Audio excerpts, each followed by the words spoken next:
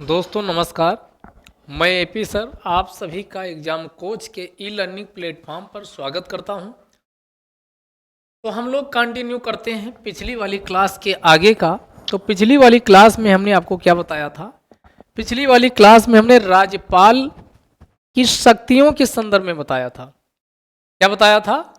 राज्यपाल की शक्तियों को आज हम समझेंगे। इसकी पहली वाली क्लास में हमने आपको राज्यपाल के लिए भारतीय संविधान में कौन से संवैधानिक प्रावधान किए गए हैं उसकी चर्चा किया था। तो आपको याद होगा हमने क्या कहा था कि भारतीय संविधान के भाग 6 आर्टिकल याद होगा। हमने कहा था अनुच्छेद 153 से लेकर के, कहां से लेकर के? अनुच्छेद 153 से लेकर के और कहां तक? तो हमने कहा था कि 153 से लेकर के अनुच्छेद 167 तक। अनुच्छेद 153 से लेकर के अनुच्छेद 167 तक राज्य की जो स्टेट एग्जीक्यूटिव होती है, क्या होती? State executive.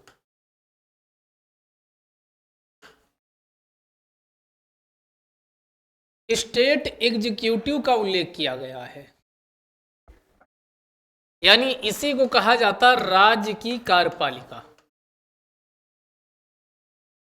राज्य की कार्यपालिका, राज्य की कार्यपालिका के नाम से जाना जाता। हमने कहा था अगर राज्य की कार्यपालिका आ जाए तो इसमें कौन शामिल होता है?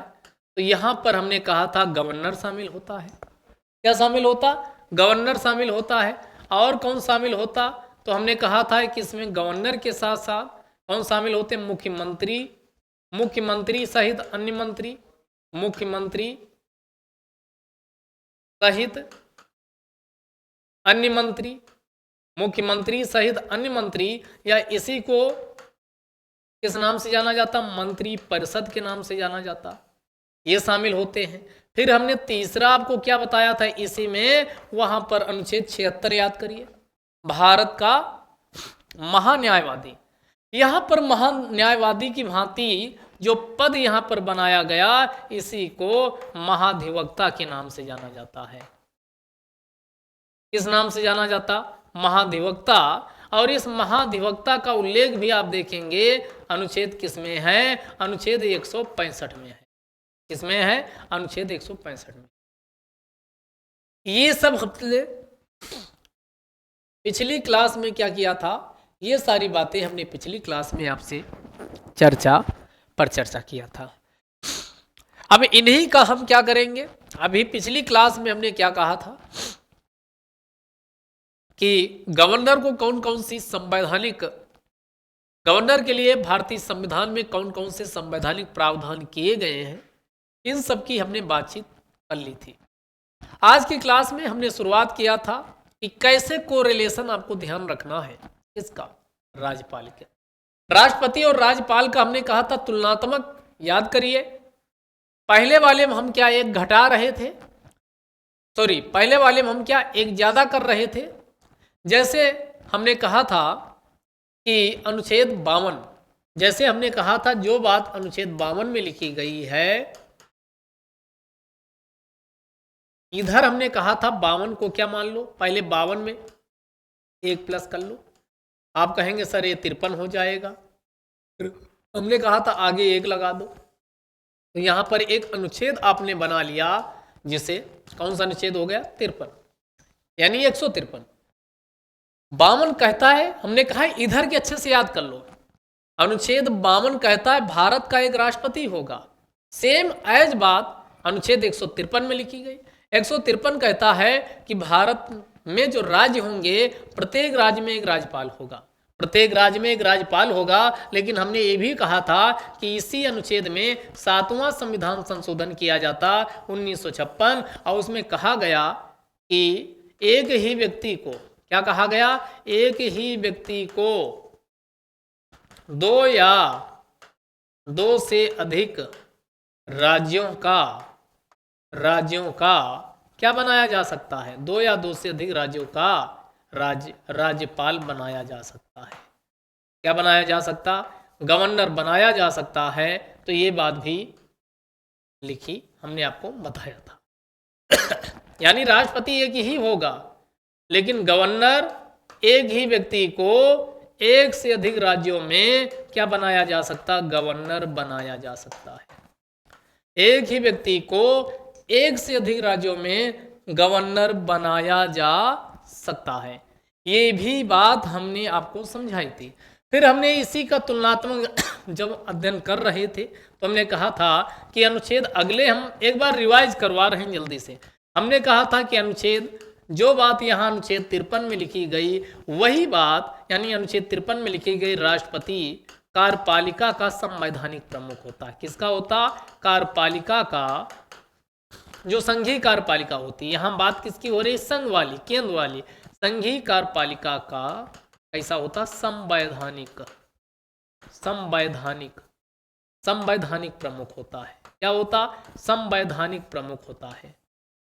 संवैधानिक प्रमुख होता। हमने कहा था कि सेम एज बात अब आर्टिकल लिए इससे कैसे कोरिलेट करोगे? 53 है तो हमने कहा 53 में एक प्लस कर लो, कितना होगा भाई? ये आप कहेंगे सर 155 हो जाएगा, वो सॉरी 53 था तो ये 54 हो जाएगा, आगे एक लगा लो। 154 में वही बात लिखी गई है जो बात यहाँ पर 53 में लिखी गई। बात समझ पा रहे हैं हम जो कहना चाह रहे हैं? यानी एक तरफ आर्टिकल याद करो, दूसरी तरफ आर्टिकल मुट्ठियों में आपके नाचने चाहिए, क्योंकि आपको अकॉर्डिंग आप जानते हैं। तो 154 में राज्यों की जो कार्यपालिका होगी, हमने क्या कहा था कि 154 में किसकी बात की गई? तो 154 में राज्यों की। अगर अनुच्छेद 154 की आप बात करते हैं तो इसमें क्या बात कही गई? यानी स्टेट की जो एग्जीक्यूटिव होगी, स्टेट की एग्जीक्यूटिव होगी, इसका जो संवैधानिक प्रमुख होगा, संवैधानिक प्रमुख बोले तो इसी को क्या कहा जाता? कॉन्स्टिट्यूशनल। इसी को किस नाम से जाना जाता? कॉन्स्टिट्यूशनल हेड के नाम से जाना जाता। ये कौन होता है? तो हमने मोटे मोटे अक्षरों में कहा था राज्यपाल होता। राज्यपाल। ये भी क्लियर हो गया। 54 के बाद हमने कहा था 54 में अनुच्छेद, ये आपका कौन सा हो गया? 53 हो गया। अब अगला अनुच्छेद यहाँ आइए, अनुच्छेद 54। कौन सा अनुच्छेद की बात कर रहे हैं? तो अनुच्छेद 54। हमने कहा था 54 में निर्वाचन है, राष्ट्रपति का निर्वाचन है। तुलना कर रहे हैं राष्ट्रपति का निर्वाचन। हमने कहा फिर 54 प्लस 1 करिए। क्या करिए? 54 में 1 को ऐड करिए तो आपका क्या बन जाएगा? 55। और 55 के आगे 1 लगा लो तो आपका एक अनुच्छेद पैदा हो गया। उस अनुच्छेद का नाम है 155। चूंकि राष्ट्रपति का निर्वाचन होता, चूंकि गवर्नर का निर्वाचन नहीं होता, तो गवर्नर का निर्वाचन नहीं होता तो हमने कहा था कि इसमें गवर्नर की नियुक्ति का उल्लेख किया गया है। किसकी नियुक्ति का उल्लेख किया गया?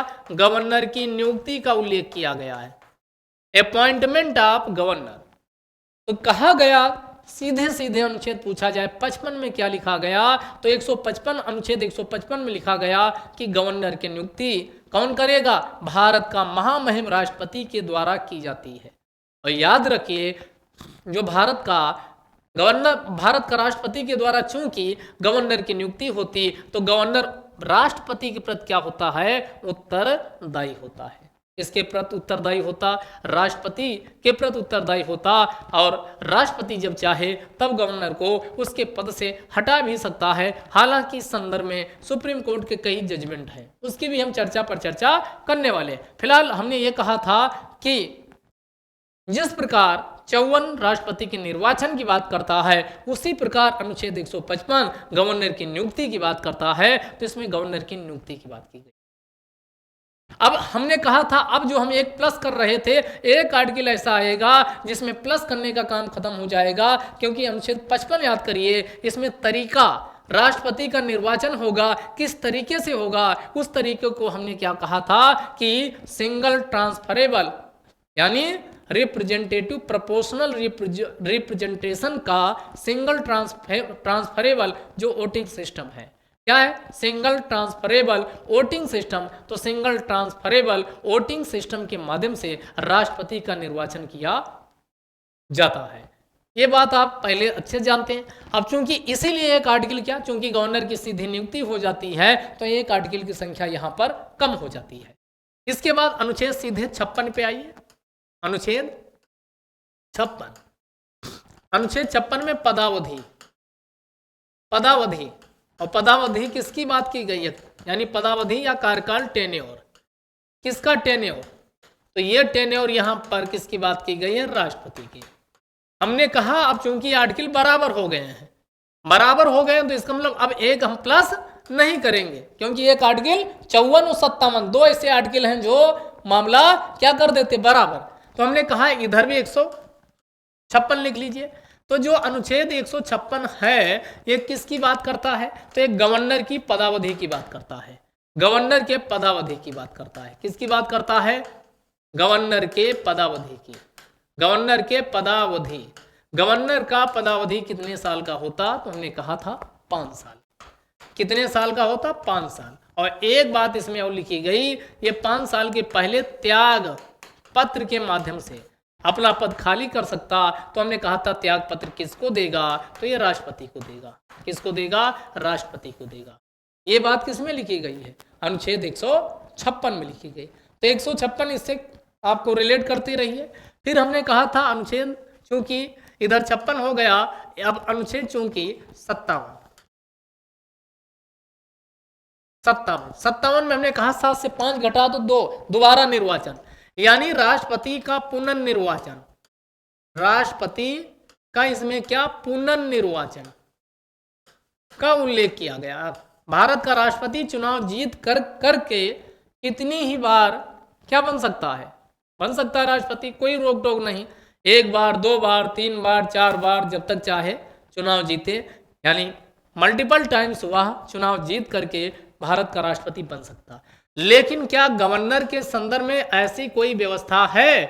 तो ऐसी आप कहेंगे सर कोई व्यवस्था नहीं। तो इसीलिए आर्टिकल 54 और यानी आर्टिकल 2 आपके हो गए। कौन आर्टिकल हो गया? एक आपका आर्टिकल हो गया 55 और इधर आर्टिकल कौन हो गया? 57। आर्टिकल क्या हो गया? 57। ये दोनों क्या कर देते हैं, यानी दोनों जो एक फ्लो चल रहा था उसको ब्रेक करते हैं। फिर याद करिए हमने राष्ट्रपति के संदर्भ में एक अनुच्छेद आपको क्या बताया था? 58। आ से 58, आ से हमने कहा था अर्हता, लेकिन अर्हता किसके लिए? भारत के राष्ट्रपति के लिए। भारत का नागरिक होना चाहिए। और कितना? यहां भी कहा गया कि वो 35 वर्ष की आयु पूरा कर चुका हो, पूरा कर चुका हो।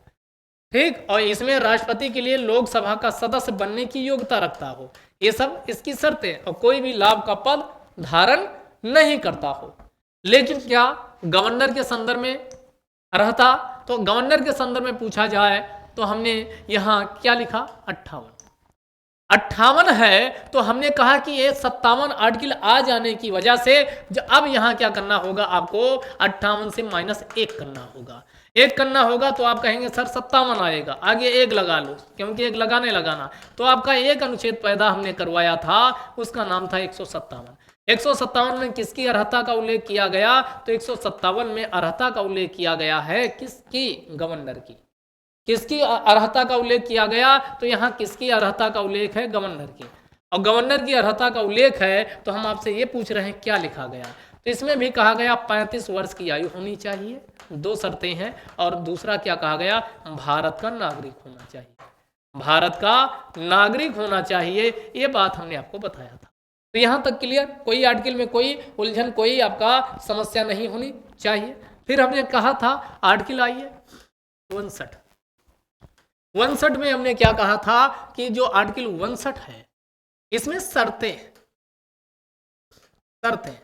किसके संदर्भ में? प्रेसिडेंट, राष्ट्रपति के संदर्भ में। अगर पीछे आपने शर्तें देखा होगा, शर्तें क्या? जिस दिन भी आप राष्ट्रपति का पद धारण करोगे, पद धारण करते ही आपका ध्यान दीजिएगा, संसद के दोनों सदन, चाहे ये लोकसभा हो चाहे ये राज्यसभा हो, विधान मंडल के दोनों सदन अगर हैं तो विधान मंडल के दोनों सदन, चाहे आपका विधानसभा हो चाहे ये विधान परिषद हो, इसकी आपकी सदस्यता समाप्त हो जाएगी। इसके मेंबर नहीं रह पाओगे, इसके मेंबर नहीं रह पाओगे। सेम कंडीशन यानी किस पे लागू होती है? सेम कंडीशन अप्लाई होती है गवर्नर पर। सेम कंडीशन किस पे? अगर किसी को गवर्नर बना दिया गया, सेम कंडीशन, लेकिन आर्टिकल चेंज है। आर्टिकल क्या है? चेंज है। हमने कहा ये 58 है तो वही पूरी प्रक्रिया अपनाओ। ये सॉरी यहाँ 59 है, 59 से 1 माइनस करो। आप कहेंगे सर ये आया कितना? 58। तो हमने कहा इसके आगे 1 लगा लो, तो आपका अनुच्छेद कौन बन गया? अनुच्छेद 158 बन गया। क्या बन गया? अनुच्छेद 158। क्या बन गया? अनुच्छेद 158। 158 में शर्तें किसकी दी गई है? तो ये शर्तें दी गई, हमने कहा था गवर्नर की। किसकी शर्तें दी गई हैं? तो इसमें शर्तें किसकी दी गई? गवर्नर की। तो गवर्नर कौन? जैसे ही कोई व्यक्ति गवर्नर के रूम में अपॉइंटमेंट किया जाता है भारत के राष्ट्रपति महामहिम के द्वारा, तो उसकी कौन कौन सी तुलना करके हम हर चीजों को देख रहे हैं। तो वो संसद के दोनों सदन, लोकसभा और राज्यसभा और लोकसभा। दूसरा, राज्य के विधान, जो राज्य का विधान मंडल है, अगर विधानसभा और विधान परिषद दोनों है तो, नहीं तो 1 है, तो वहां पर भी क्या होगा? यह सदस्य नहीं रह जाएगा। जिस दिन भी आप पद धारण करोगे उस दिन से आपकी सदस्यता समाप्त हो जाएगी। किसी को कोई दिक्कत, कोई समस्या? यहां तक किसी को कोई दिक्कत, कोई समस्या होनी भी नहीं चाहिए। क्यों नहीं होनी चाहिए? क्योंकि जो चीजें हम पीछे बताए थे उसी चीज को तो रिपीट कर रहे हैं। जो चीज हमने पीछे आपको बताई थी उसी चीज का क्या कर रहे हैं? रिपीटेशन कर रहे हैं। आगे देखिएगा, अगला एक आर्टिकल हमने और बताया था, अनुच्छेद 60। अनुच्छेद 60 में हमने कहा था कर शपथ अग्निपथ, यानी शपथ किसकी? तो हमने कहा था कि इसमें शपथ कौन? तो हमने आपको क्या बताया था? यानी शपथ में हमने कहा था राष्ट्रपति क्या करता है? शपथ लेता है। किस बात की शपथ लेता है? तो हमने कहा था वह क्या कहता है? संविधान का। भारत का महामहिम राष्ट्रपति 60 शपथ में शपथ लेता है, और शपथ में क्या कहता है? संविधान का। वो क्या करेगा? संविधान की 3 बातें कहता है, यानी प्रिजर्व करेगा, संविधान को क्या करेगा? प्रिजर्व करेगा, प्रोटेक्ट करेगा, संविधान को प्रोटेक्ट करेगा, और साथ में क्या करेगा? डिफेंड करेगा। ये शपथ लेता है। सेम एज बात हमने कहा था कि पीछे अगर गवर्नर पे आते हो, किस पे आते हो? गवर्नर पे आते हो। ये बात हम अगर गवर्नर पे, तो यहाँ 60 है, 60 से 1 माइनस कर दो। आप कहेंगे सर ये आएगा 59। हमने कहा 1 चिपकाना है आगे, तो आपका एक नया आर्टिकल बन गया 159। 159 में क्या है? शपथ। यहाँ पर भी क्या है? शपथ। लेकिन किसकी शपथ है? यहाँ गवर्नर, और गवर्नर की शपथ है। और गवर्नर की शपथ कौन दिलाता है? तो हमने आपको पीछे भी बताया था, chief justice of high court. Chief justice of high court अगर वो नहीं है तो जो हाई कोर्ट का सीनियर जज होगा उसके द्वारा गवर्नर को शपथ दिलाई जाती है। शपथ क्या लेता है? गवर्नर भी राष्ट्रपति की भांति यही शपथ लेता है।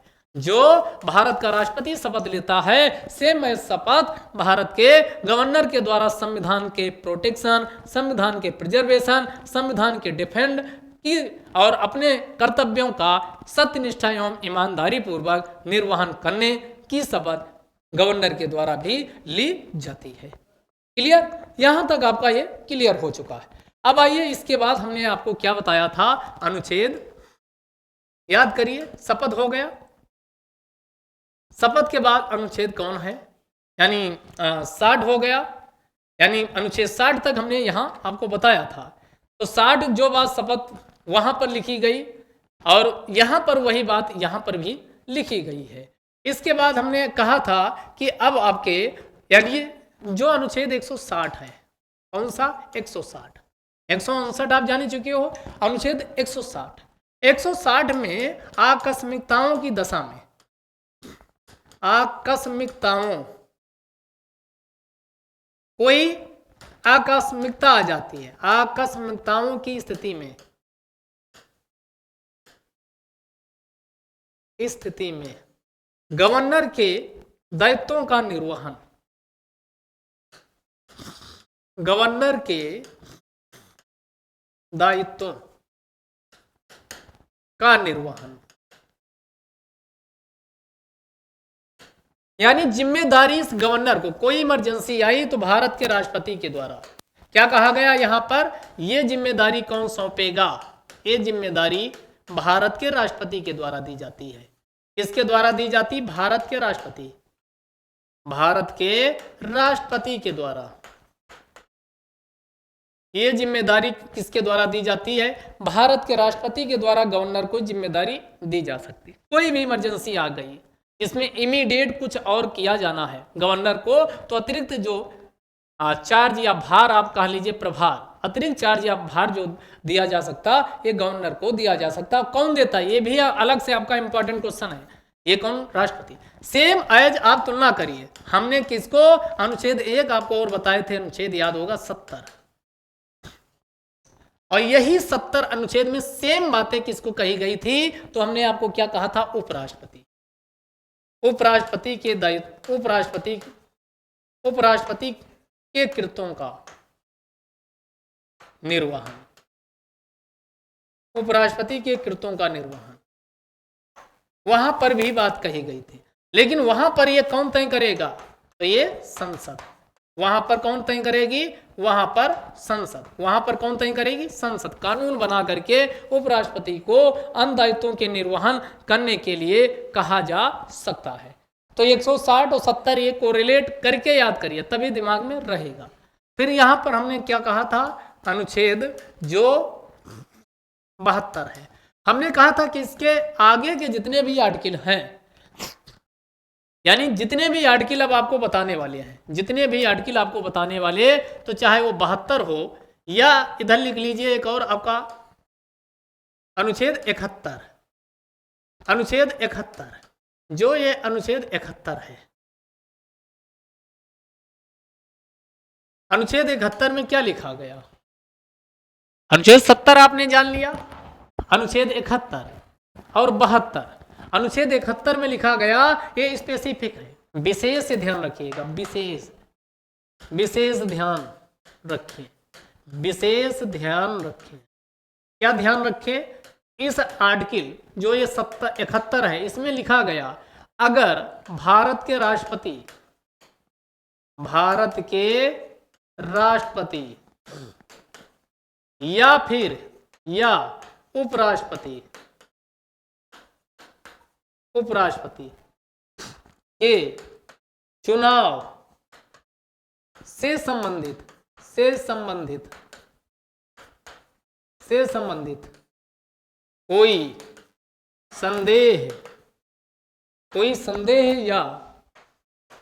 कोई संदेह या शंका उत्पन्न होती है, तो इसमें क्या कहा गया कि सुप्रीम कोर्ट का जो भी निर्णय आएगा वो फैसला करेगा, और सुप्रीम कोर्ट का निर्णय क्या होगा, फाइनल, अंतिम होगा। इसके खिलाफ अब कहीं पर आप जा नहीं सकते। यानी ये अलग हो गया। अब अलग हो गया तो आगे के आर्टिकल, चाहे अब 72 से हम यात्रा शुरू करते, इसमें किसकी बात की गई, तो हमने क्या कहा, राष्ट्रपति की क्षमादान शक्ति का उल्लेख है। क्या उल्लेख है, राष्ट्रपति की क्षमादान। इसमें क्या उल्लेख किया गया, राष्ट्रपति की क्षमादान शक्ति, राष्ट्रपति की क्षमादान शक्ति, राष्ट्रपति की क्षमादान शक्ति का उल्लेख है, शक्ति का उल्लेख है। इसमें किसका उल्लेख किया गया, राष्ट्रपति की क्षमादान शक्ति का उल्लेख किया गया। हमने कहा था सेम एज बात है, तो ये आपका क्या हो गया, 72। हमने कहा था 72 के आगे एक चिपका लो, या पहले चिपकाओ मत, चिपकाने के पहले आप 11 इससे घटा लो, तो 72 से 11 घटाओगे आप कहेंगे सर 61 बचेगा। अब आगे एक आपको चिपका देना है, यानी 161। अब 161 में जो क्षमादान की शक्ति है, यानी ये जो क्षमादान यहां पर आपका लिखा है, सेम एज बात किसके लिए लागू होगी, गवर्नर के लिए, गवर्नर के लिए। यानी गवर्नर की जो क्षमादान शक्ति, अब आगे की जो बातें 72 से चालू होंगी, बिल्कुल 11 आपको घटाना है। कितना आर्टिकल? 11 घटाना। कैसे घटाना, ये बात आपकी समझ में आनी चाहिए। ये बात क्या है, आपकी समझ में आनी चाहिए। तो हमने ये आर्टिकल आपको एक एक आर्टिकल याद करवा दिए हैं। कुछ भी आपका पूछा जाए तो उस स्थिति में हो कि एग्जाम में आप अच्छा करके आएंगे। क्या करके आएंगे? बेकार की चौपट की अच्छा, तो आप कहेंगे अच्छा करके आएंगे। क्या अच्छा करके आएंगे, आगे समझिए। भाई आप एग्जाम में अच्छा करके आएंगे, तो हमने कहा क्या अच्छा करके आएंगे, तो यहां देखिए, क्या देखिए कि अब अनुच्छेद तुलनात्मक अध्ययन करिए। यानी अनुच्छेद आपका इधर 72, 72 में किसकी क्या उल्लेख है? राष्ट्रपति की क्षमादान शक्ति, राष्ट्रपति की क्षमादान।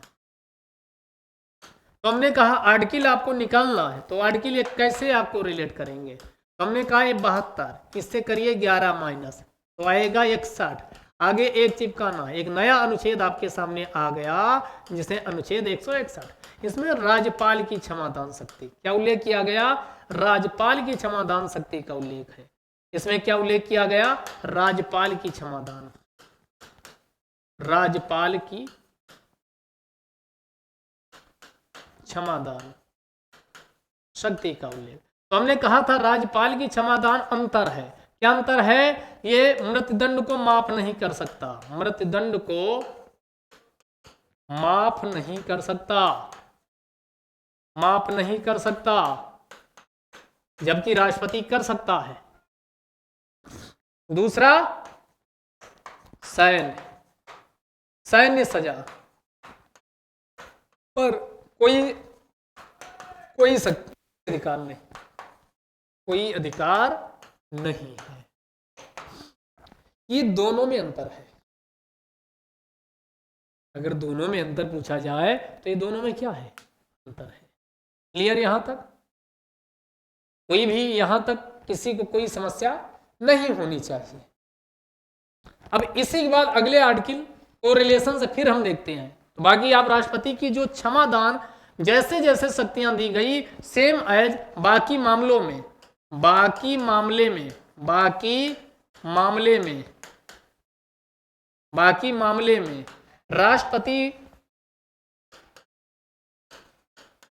राष्ट्रपति एवं राज्यपाल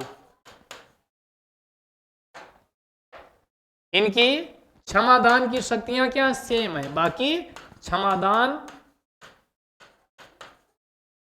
सेम है, बाकी क्षमादान क्या सेम है, दोनों का सेम है। अब आइए अगला देखते हैं। अगला क्या है उसकी हम बात करते हैं।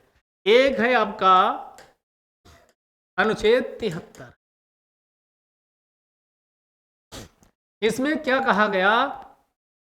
यानी संघीय कार्यपालिका की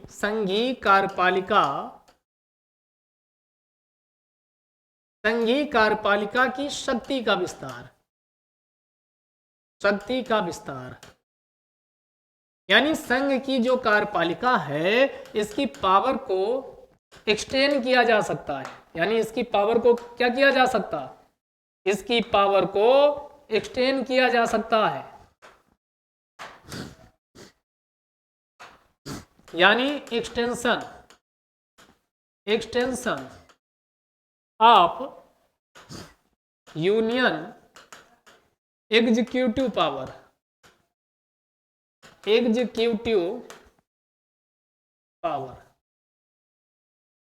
राज्य की कार्यपालिका की शक्ति का क्या किया जा सकता? विस्तार किया जा सकता। अब आप कहेंगे क्या ऐसे जो बात यहां 73 में लिखी गई है, कुछ भी आपको दिमाग नहीं लगाना, बस यहां जहां यूनियन है इसकी जगह इधर क्या आ जाएगा? तो यहां इसकी जगह ध्यान दीजिएगा स्टेट आ जाएगा। क्या आ जाएगा? स्टेट आ जाएगा। राज्य की भी एग्जीक्यूटिव होती, जैसे आपका योगी बाबा, उनका जो मंत्रिमंडल होगा इसी को क्या कहा जाता? स्टेट एग्जीक्यूटिव के नाम से जाना जाता। यहां पर एग्जीक्यूटिव, अब अनुच्छेद आपका ये पूछा जा सकता, तो बात उधर से घुमाइए। ये है आपका अनुच्छेद 73। कितना घटाना? 11। कितना घटाना भाई? 11। 11 घटाओगे तो आप कहोगे सर ये आएगा 62। अब आगे एक चिपकाना है, तो ये बात किस में लिखी गई? ये बात अनुच्छेद 162 में लिखी गई। स्टेट एग्जीक्यूटिव यानी राज्य की कार्यपालिका की शक्ति का विस्तार। 162 में क्या लिखा गया? 162 में लिखा गया राज्य की कार्यपालिका शक्ति का विस्तार। 162 किसकी बात करता है? राज्य की कार्यपालिका शक्ति का विस्तार। राज्य की कार्यपालिका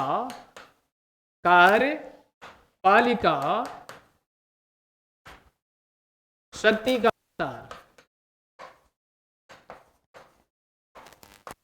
यानी राज्य की कार्यपालिका शक्ति को इनहेंस किया जा सकता, राज्य की कार्यपालिका की शक्ति को बढ़ाया जा सकता है, राज्य की कार्यपालिका शक्ति को बढ़ाया जा सकता है।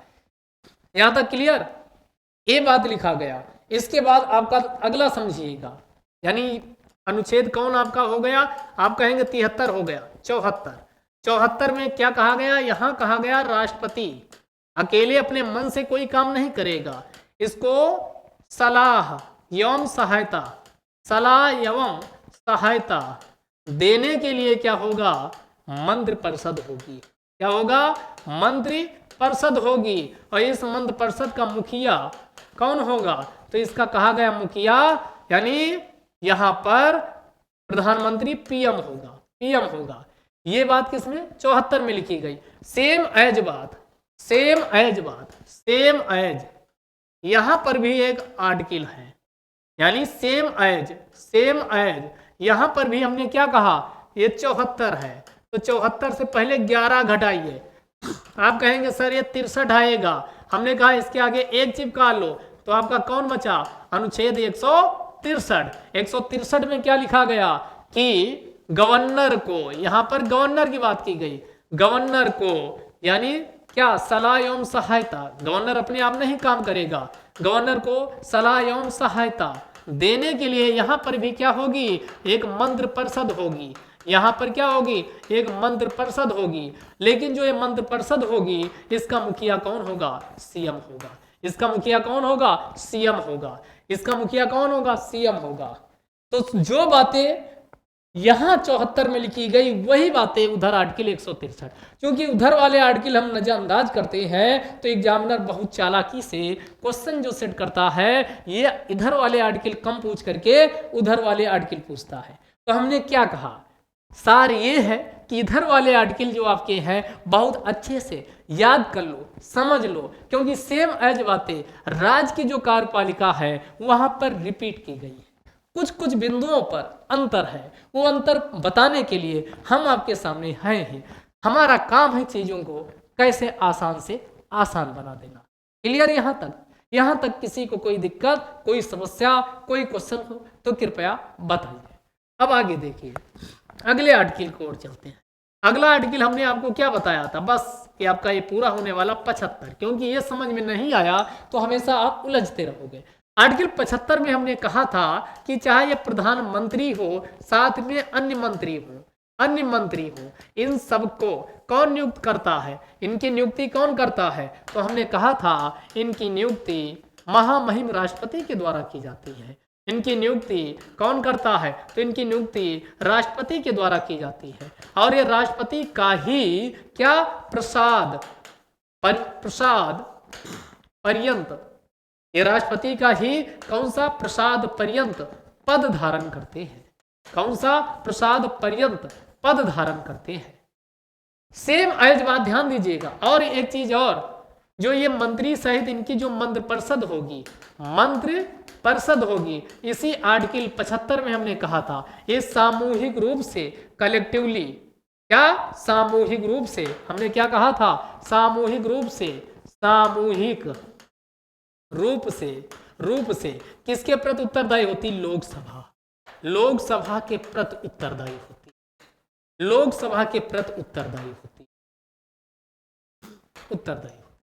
सेम एज बातें, क्या यहां पर भी है? तो बिल्कुल हमने कहा 75 है, 75 से पहले 1 घटाइए, सॉरी 11। 75 से कितना घटाना? 11। तो यहां कितना आएगा? निकाल लीजिए। 75 से आप 11 घटाएंगे तो आप कहेंगे सर ये आपका 64 आएगा। 1 ऐड करिए, जो अनुच्छेद 164 है, यही बात करता है कि सीएम सहित जितने भी मंत्री होंगे इन सबकी नियुक्ति कौन करेगा? नियुक्ति गवर्नर करता है। इन सबकी नियुक्ति कौन करता? इन सबकी नियुक्ति कौन करता है? गवर्नर। और ये सब गवर्नर के कौन सा पद धारण करते हैं? यहां पर भी कहा गया प्रसाद पर्यंत। कौन सा? प्रसाद पर्यंत पद धारण करते हैं। और ये भी आपकी जो राज्य की मंत्रि परिषद होती है वह राज्य की मंत्रि परिषद किसके प्रति? विधानसभा के प्रति सामूहिक रूप से उत्तरदायी होती है। और ये किसके प्रति उत्तरदायी होते हैं? तो ये जो मंत्रि परिषद होती है राज्यों की, यानी राज्य मंत्रि परिषद, इसको आप क्या कह लीजिए? राज्य मंत्रि परिषद। राज्य मंत्रि परिषद ये सामूहिक रूप से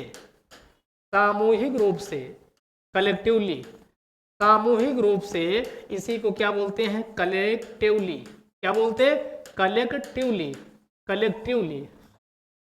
सामूहिक रूप से, कलेक्टिवली क्या बोलते हैं? कलेक्टिवली सामूहिक रूप से ये किसके प्रति उत्तरदायी होती है? ये सामूहिक रूप से जो विधानसभा क्या होती?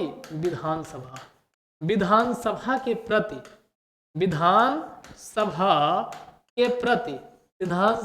प्रति उत्तरदायी होती।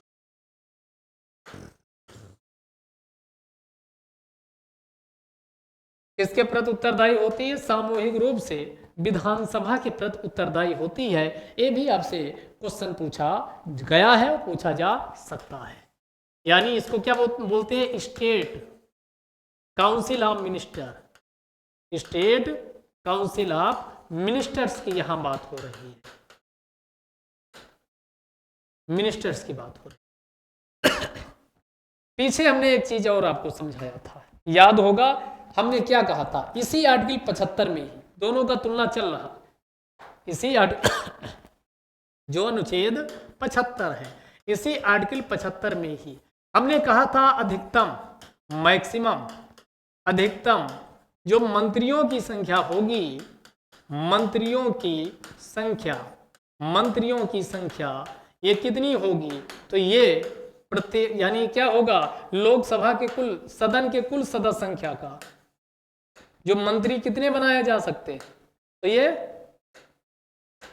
सदन की कुल संख्या का, मंत्री का मतलब कितने हो सकते हैं? सदन की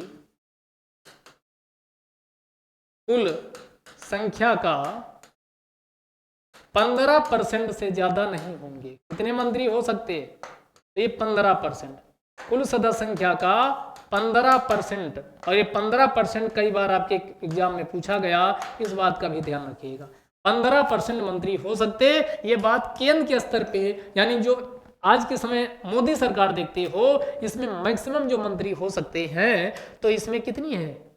अगर इसको हम व्यवहारिक रूप से लागू करें तो लोकसभा में कितनी? 545 इंटू इसका 15% निकालो भाई। 15% निकालना आता ही होगा, तो आप कितना? 545 मल्टीप्लाई 15/100। इसको करिए 15×5, देखो हल करो तो इसको हल करोगे तो मान कितना आएगा? निकाल लो। तो कितना हो गया? 15×5 75, 7 15 चौके 60 होए 7 67, 6 15×5 75, 15×5 75, 75 और 7 82, 15 और ये कितना? 82, यानी बटा ये 100 करोगे, 2 अंक बाद दशमलव लगाओगे, कितना? 82। यानी जो केंद्र के स्तर पे मैक्सिमम मंत्रियों की संख्या हो सकती है वो कितनी हो सकती? 82 हो सकती है। कितनी हो सकती? 82 हो सकती है। ये भी क्वेश्चन आपका हो सकता है कि एग्जाम में पूछ लिया जाए। क्या कर लिया जाए? पूछ लिया जाए। तो ये कितनी हो सकती? 82 हो सकती है। कितनी हो सकती भाई? 82 हो सकती है। राज्यों के स्तर पे बात आई, राज्यों के स्तर पे तो ये तो केंद्र हो गया। अब चूंकि प्रत्येक राज्य एक जैसे, उसमें सिमिलरिटी है नहीं, कहीं पर जनसंख्या और सीटों की संख्या कहीं यानी क्या है? ज्यादा है। तो कितने मंत्री इसमें? राज्य जो राज्यों के स्तर पे ये बात 75 है। सेम एज बात हमने क्या कहा? दिमाग नाचना चाहिए। यानी अनुच्छेद यहाँ पर कौन सा? 164, और 164 में क्या बताया गया? मैक्सिमम मंत्री कितने हो सकते? तो यहाँ पर भी कहा गया कि ये विधानसभा का, जो विधानसभा है इसका कितना? 15%। 15%। अब जैसे एग्जाम्पल के लिए आपको हम एक निकाल के बताते हैं। मान लो यूपी है, यूपी की विधानसभा में कितना है 403 इंटू इसका 15 निकालो बटे 100 करो, तो आप कहेंगे सर इसको आप ही कर दीजिए, तो 15 तिया 45, 15 चौके 60 बटा 100, तो बाद इसमें दशमलव लगेगा, तो ये 60.45, 45 यहाँ लिया नहीं जाएगा, एग्जैक्ट वैल्यू कितना लिया जाएगा, तो हमने क्या कहा एग्जैक्ट वैल्यू ये 60 लिया जाएगा, ये 60, यानी यूपी में अधिकतम मंत्रियों की संख्या तो 60 हो सकती। मान लो किसी राज्य में संख्या है कम, तो न्यूनतम, ये अलग से क्वेश्चन पूछेगा, यानी ये। लेकिन एक बात यहां ध्यान दीजिए, इसी आर्टिकल में लिखा गया जो न्यूनतम मंत्रियों की संख्या होगी मिनिमम, ये मिनिमम कितनी हो सकती है 12। इस बात को भी ध्यान रखिएगा, कोई कितना ही राज्य छोटा क्यों ना हो, वहां पर ये ध्यान दीजिएगा, वहां पर न्यूनतम मंत्रियों की संख्या 12 से कम नहीं होगी। और ये क्वेश्चन आपके एग्जाम में ऑलरेडी क्या है पूछा जा चुका है, न्यूनतम कितनी होगी 12 होगी। बात समझ में आई। लेकिन एक पॉइंट और ध्यान देना, ये तो यानी राज्यों में है, नोट डाल के एक बात और ध्यान से समझिएगा, नोट यानी दिल्ली के मामले में स्पेशल प्रोविजन, दिल्ली विधानसभा के मामले में, दिल्ली विधानसभा के संदर्भ में विशेष प्रावधान किया गया। क्या किया गया? विशेष प्रावधान किया गया। क्या प्रावधान किया गया? ये यहां दिल्ली विधानसभा जो है, विधानसभा इनटू इसका ये 10% होगी। कितना होगी? 10%। मुख्यमंत्री को शामिल करते हुए 10% ही बनाए जा सकते हैं मंत्री। कितना बनाए जा सकते हैं? इज इक्वल टू मंत्री। तो आप कहेंगे सर दिल्ली में है 70 सीटें, इनटू इसका आप ही निकाल दीजिए, लो 10/100, 2 0 0 गए, कितने आए? 7। यानी दिल्ली के संदर्भ में जिसमें कितने मैक्सिमम मंत्री हो सकते हैं? सीएम सहित 6 अन्य मंत्री, सीएम सहित अन्य मंत्री, अन्य यानी केजरीवाल और इनके 6 मंत्री और हो सकते हैं, इससे ज्यादा नहीं, इससे ज्यादा नहीं। तो दिल्ली के संदर्भ में ये विशेष प्रोविजन है, इसको भी आप मत भूलिएगा। और ये बात किसमें लिखी गई है? ये बात लिखी गई है अनुच्छेद कौन सा? यहां पर 164, राज्यों के स्तर पे 164। और दिल्ली के मामले में जाओगे तो ये दिल्ली के संदर्भ में जो आर्टिकल है, ये किस आर्टिकल में लिखा गया? ये 239AA, 239AA किसमें लिखा गया? 239AA किसमें लिखा गया? 239AA में इसका उल्लेख किया गया है। 239AA, 239AB, जो ये सब आर्टिकल है 239AA, 239AB, उसमें इन सब का उल्लेख किया गया है। आगे समझिएगा। तो अनुच्छेद 75 भी हो गया। अनुच्छेद 76,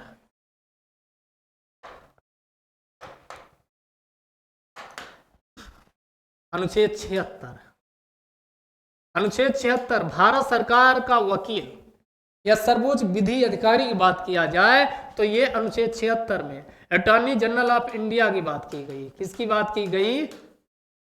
attorney general of India, attorney general of India की बात की गई। और इसी को क्या कहा जाता है? भारत का महान्यायवादी। इसी को क्या कहा जाता है? भारत का महान्याय, इसको क्या कहा जाता है? भारत का महान्यायवादी। Attorney general of India, Bharat के महान्यायवादी का उल्लेख किसमें किया गया? अनुच्छेद 76 में किया गया। किसमें किया गया? अनुच्छेद 76 में किया गया, भारत का महान्यायवादी। और भारत का महान्यायवादी का ये उल्लेख किया गया है। तो एक चीज और याद रखिएगा, ये भारत का महान्यायवादी क्या होता है? सर्वोच्च, भारत सरकार का सर्वोच्च विधि अधिकारी होता है। भारत सरकार का, मान लो कोई भारत सरकार को विधि के मामले में जानकारी चाहिए तो ये क्या होता है? भारत सरकार का सर्वोच्च विधि अधिकारी, सर्वोच्च विधि अधिकारी होता है। सर्वोच्च विधि अधिकारी भारत सरकार का सर्वोच्च विधि अधिकारी होता है। लेकिन यहाँ पर जो राज्य है, अब हमने कहा वही प्रक्रिया अपनाना है। क्या करना? 11 घटाना। क्या करना? 11। तो इससे क्या घटाइए? -11 करिए। तो आप कहेंगे सर आएगा ये अनुच्छेद 165, 165 आएगा, क्योंककि आगे क्या आएगा 65, और 65 के आगे एक चिपका देना है, तो 165, यानी अनुच्छेद किसकी बात हो रही है, 165। राज्यों के स्तर पे जो केंद्र की भांति अधिकारी होता है, राज्यों में जो केंद्र की भांति अधिकारी होता है, उसे किस नाम से जाना जाता, इसे जाना जाता महाधिवक्ता। इसे किस नाम से जाना जाता, इसे महाधिवक्ता। इसे किस नाम से जाना जाता, इसे महाधिवक्ता। इसे किस नाम से जाना जाता, इसे महाधिवक्ता, महाधिवक्ता। इसे किस नाम से जाना जाता, इसे महाधिवक्ता, महाधिवक्ता। और इसका उल्लेख आर्टिकल पूछे 165 है। और ये राज्य का सर्वोच्च विधि अधिकारी होता है। क्या होता है, राज्य का सर्वोच्च विधि अधिकारी होता है, विधि अधिकारी होता है, राज्य का सर्वोच्च विधि अधिकारी होता है। यहां तक क्लियर? किसी का कोई डाउट, कोई क्वेश्चन? यहां तक क्लियर हो चुका? किसी का कोई डाउट, कोई क्वेश्चन हो, बोलिए, आगे देखते हैं। तो ये 76 हो गया। आर्टिकल 76 के बाद आगे आइए, पहले तुलनात्मक अध्ययन आपको करवा देते हैं ताकि दिक्कत ना हो। अनुच्छेद हमने आपको एक 77 बताया था। कौन? 77। कौन सा अनुच्छेद आपको बताया था? 77। हमने कहा था सा से 77, सा से समस्त, समस्त कार्य। आप कहेंगे कहाँ के? संघीय कार्यपालिका के, संघीय कार्यपालिका के। किसके नाम से होंगे? भारत के राष्ट्रपति, भारत के राष्ट्रपति, भारत के राष्ट्रपति के नाम, ठीक, राष्ट्रपति के नाम से कार्य संचालन हो।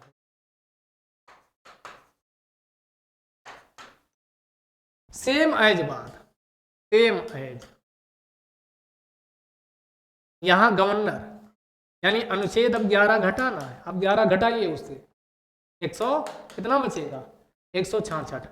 आर्टिकल 166। अब ये आर्टिकल 166 लिख दिया तो अचानक वहां आप कंफ्यूज हो जाएंगे और जान ही नहीं पाएंगे इसमें क्या लिखा गया। आपको तो हम सारा आपको बिल्कुल यानी टिप पे याद करवा रहे हैं। तो 166 में क्या लिखा गया भाई? 166 किसकी बात करता है? तो 166 बात करता है यानी राज्यों की कार्यपालिका, राज्यों की कार्यपालिका की बात करता है। कार्यपालिका के समस्त कार्य, राज्यों की कार्यपालिका के समस्त कार्य किसके नाम से होंगे? गवर्नर के नाम से होंगे, गवर्नर के नाम से, गवर्नर के नाम से होंगे। किसके नाम से होंगे? तो यहां इंपॉर्टेंट आपके लिए क्या है? गवर्नर, गवर्नर के नाम।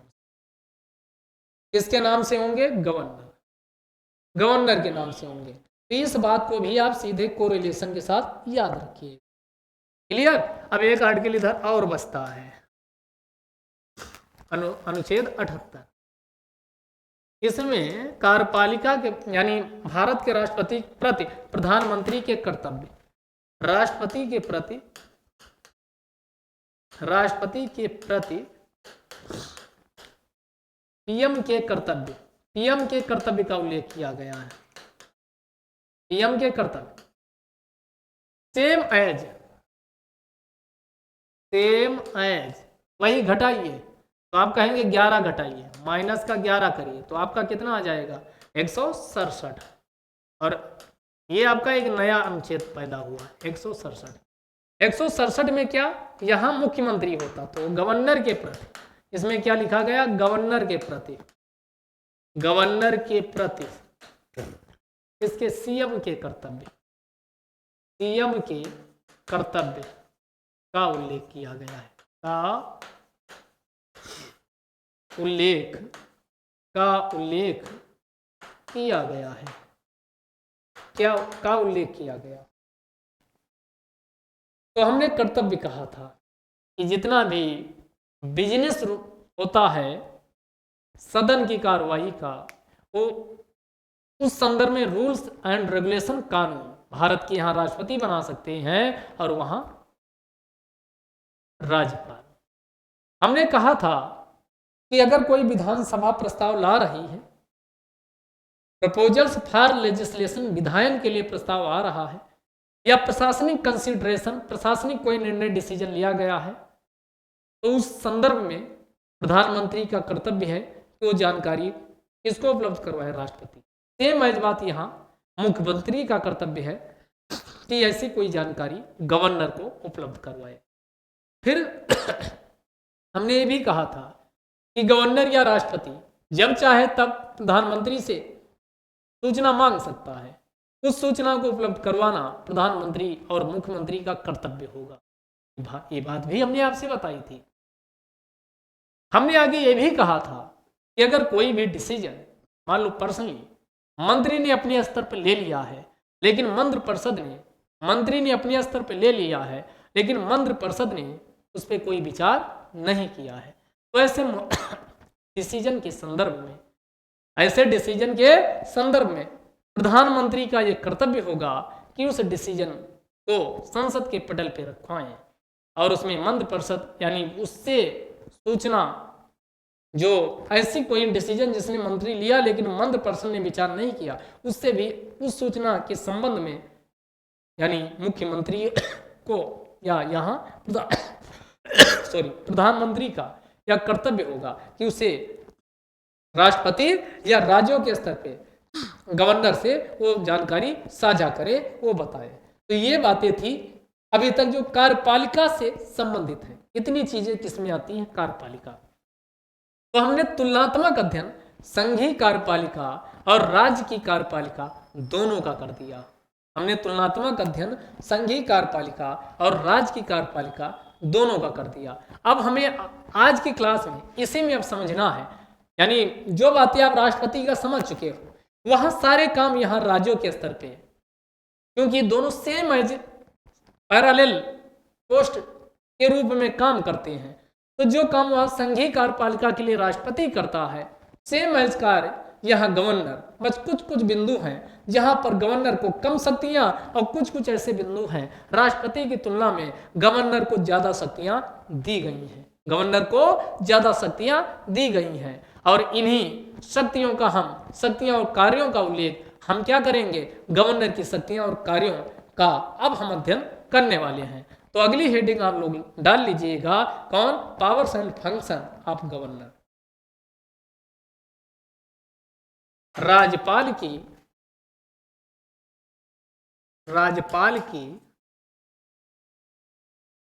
शक्तियां,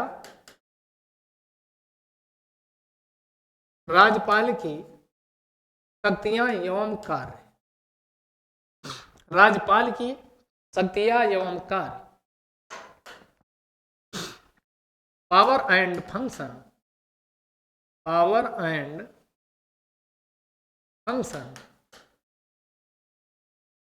ऑफ गवर्नर।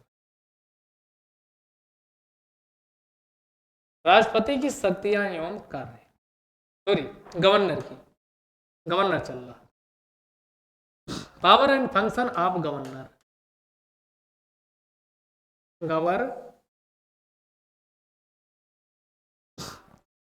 गवर्नर की शक्तियां एवं कार्य क्या क्या दिए गए। तो हमने जैसे राष्ट्रपति का देखा था, सेम एज यहाँ उसी प्रकार यहाँ इसको भी समझेंगे। एक आपकी क्या हो गई, कार्यपालिका की शक्ति। दूसरी कौन सी शक्ति हम समझेंगे, विधायी शक्ति। तुलना करेंगे राष्ट्रपति से, क्योंकि दोनों में सेम एज है। फिर कौन हो गया, वित्तीय शक्ति।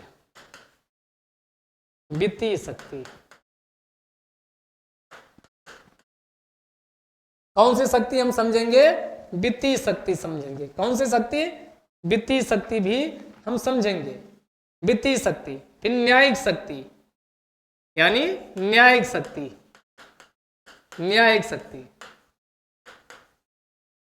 शक्ति। फिर आपका कौन हो गया, अध्यादेश जारी करने की शक्ति।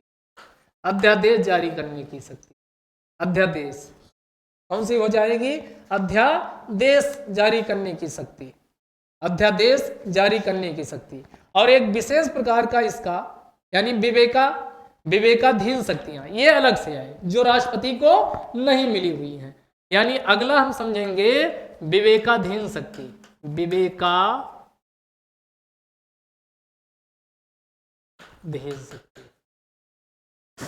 ये आपकी विवेकाधीन शक्ति जो है ये किसको नहीं दी गई है, याद करो, विवेकाधीन शक्ति राष्ट्रपति को नहीं मिली, इसी को डिस्क्रेशनरी पावर कहा जाता है।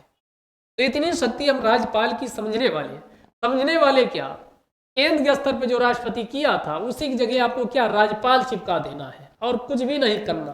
तो कहते नहीं एक पंथ दो काज, एक की तरफ अच्छे से मेहनत कर लो दूसरी राह आसान हो जाती है।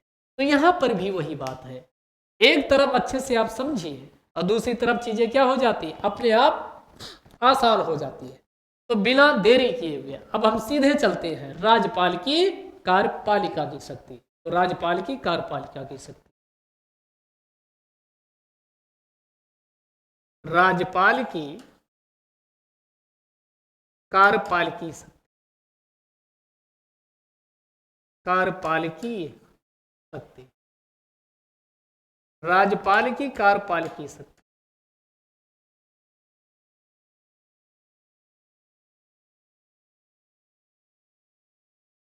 अब इनका हम बारी बारी से यहां डिस्कस करते हैं।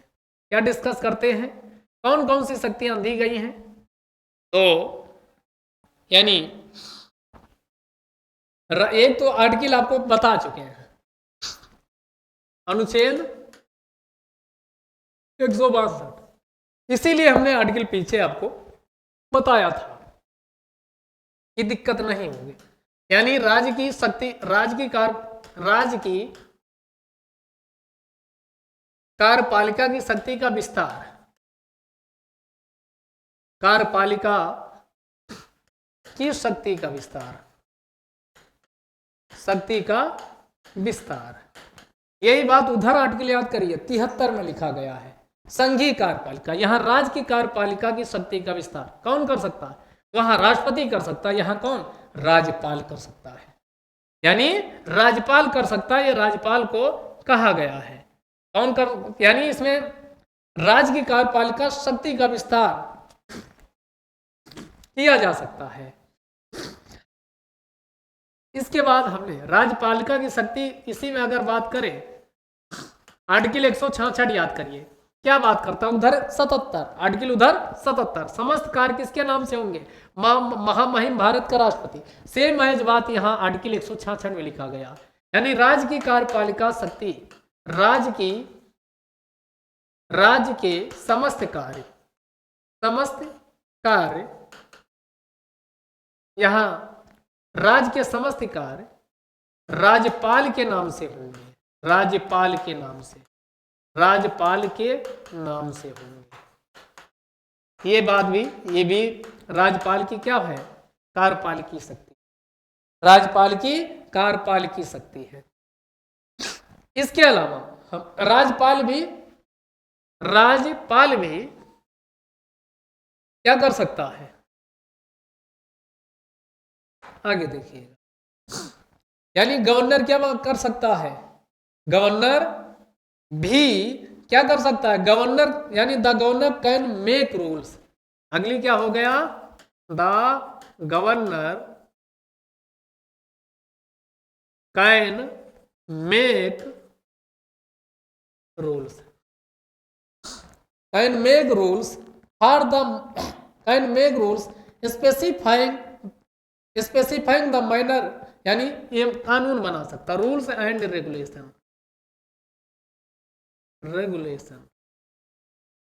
इसका मतलब क्या हुआ, इसका मतलब हुआ भारत का जो गवर्नर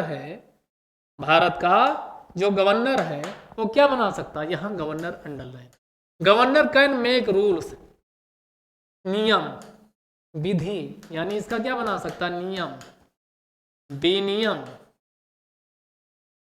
बना सकता है। कौन बना सकता, राज्यपाल।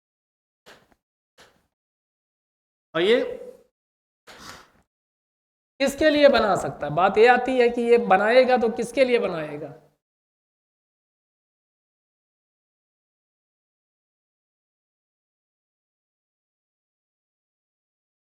यानी कार्यपालिका के सुविधाजनक संचालन के लिए, कार्यपालिका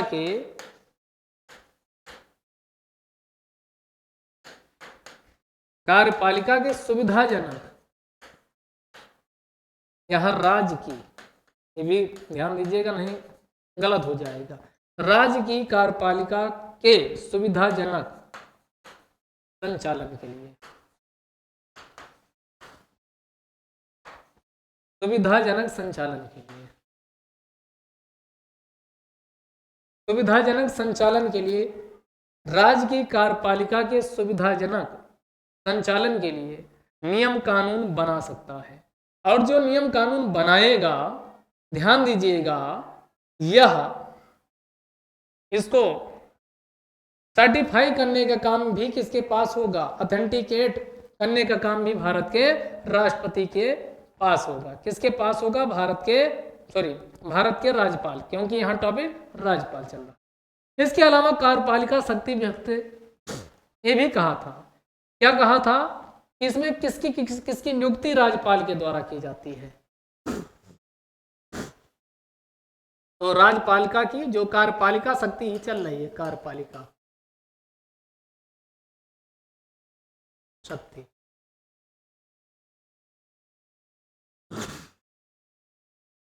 तो इसमें नियुक्तियां,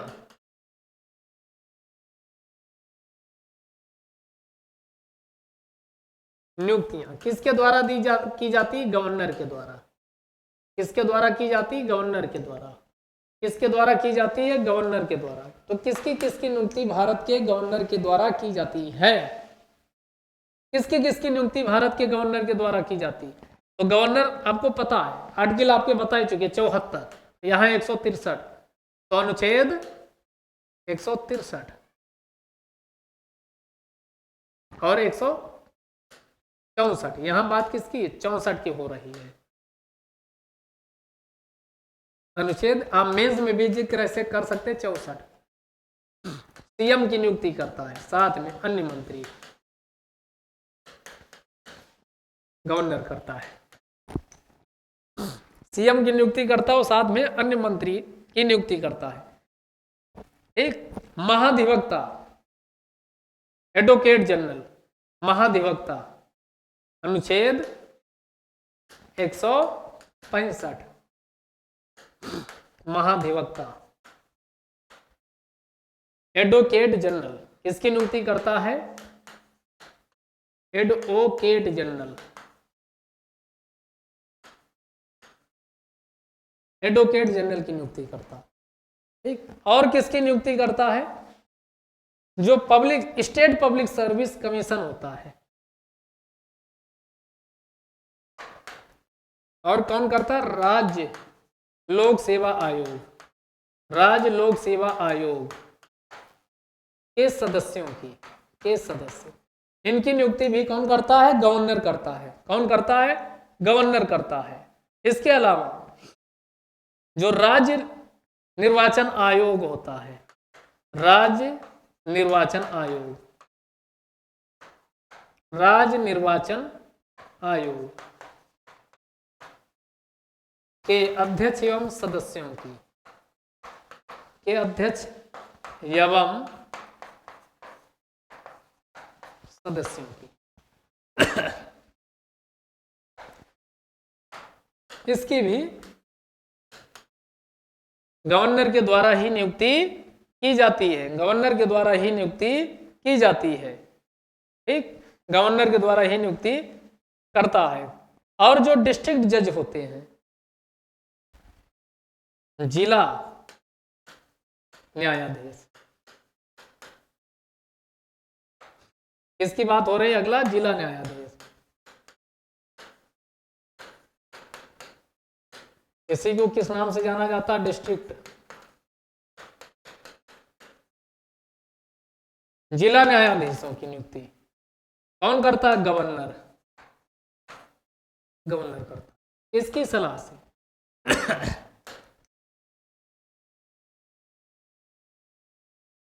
हाई कोर्ट और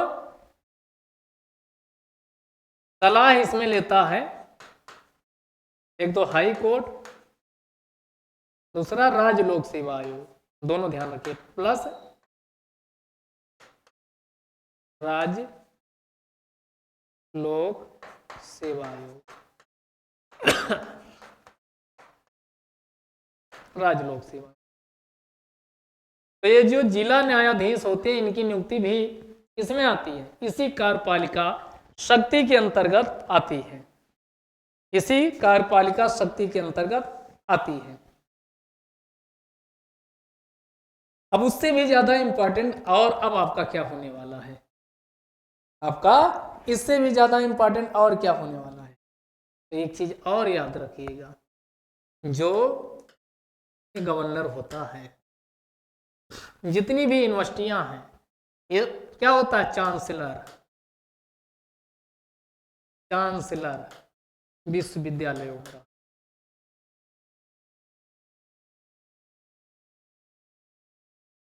विश्वविद्यालय का क्या होता है, चांसलर होता है, और इसी के द्वारा यानी राज्यपाल के द्वारा ही, गवर्नर के द्वारा ही वाइस चांसलर की नियुक्ति की जाती है। गवर्नर के द्वारा वाइस चांसलर की नियुक्ति की जाती है, वाइस चांसलर की क्या की जाती है, वाइस चांसलर की नियुक्ति की जाती है। क्या की जाती, वाइस चांसलर की नियुक्ति की जाती है, इसी के द्वारा क्या की जाती है, वाइस चांसलर की भी नियुक्ति की जाती है विश्वविद्यालयों में है। इसके अलावा गवर्नर की कार्यपालिका शक्ति ही बताना हो तो 2 अनुच्छेद जरूर याद रखिएगा। अनुच्छेद कौन होगा, 100, वही पीछे वाले, अनुच्छेद 167, अनुच्छेद 167। 167 का मतलब हुआ कि कोई भी सूचना, देखो, प्रशासनिक निर्णय प्लस विधायन से संबंधित, विधायन से संबंधित, ये बात वहां भी थी प्रस्ताव, ये सूचना मांग सकता है। दूसरा, जिसपे मंत्री कोई निर्णय लिया है, मंत्री ने निर्णय लिया लेकिन मंत्रि परिषद ने विचार नहीं किया, मंत्री परिषद ने विचार नहीं किया, तो ये आपकी अनुच्छेद 167 के अंतर्गत राज्यपाल की कार्यपालिकी शक्ति में आएगा। यानी ये राज्यपाल अपने मंगा सकता है या मांग सकता है, राज्यपाल मांग सकता है, राज्यपाल मांग सकता है।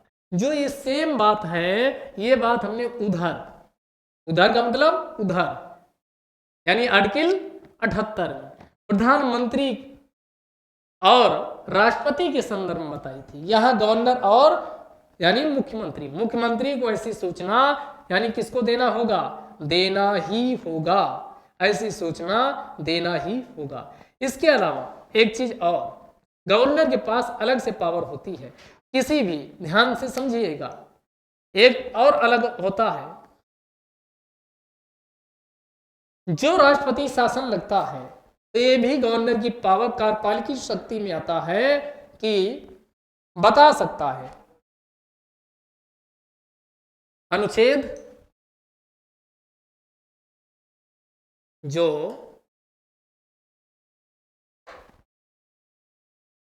356 है, कौन सा अनुच्छेद है, 356,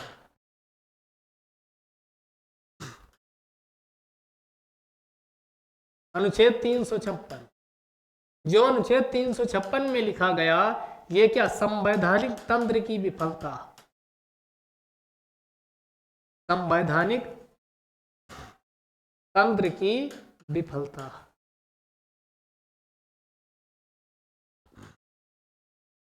जो ये संवैधानिक तंत्र की विफलता है, इसी को शॉर्टकट में किस नाम से जाना जाता? इसी संवैधानिक तंत्र की विफलता को राष्ट्रपति शासन के नाम से जाना जाता है। राष्ट्रपति शासन किस नाम से जाना जाता? इसे राष्ट्रपति शासन के नाम से जाना जाता है। यानी किसी राज्य का शासन, तो ये सिफारिश कौन? राष्ट्रपति शासन लागू करने की सिफारिश कौन करेगा? राष्ट्रपति शासन लागू किए जाने की सिफारिश संबंधित राज्य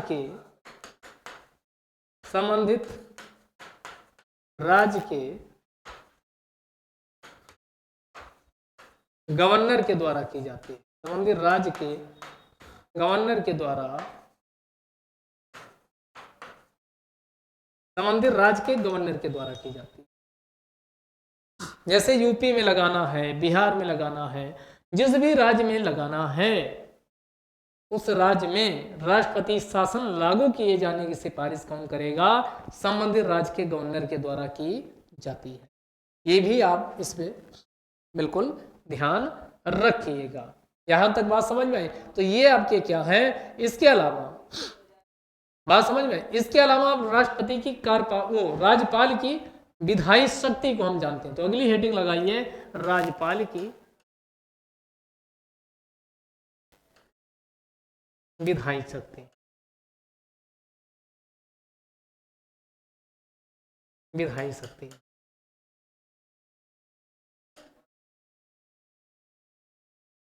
राज्यपाल की विधायी शक्ति, कौन कौन सी पावर विधायी शक्ति राज्यपाल के संदर्भ में दी गई है, इसी को किस नाम से जाना जाता है? इसी को लेजिस्लेटिव पावर, इसी को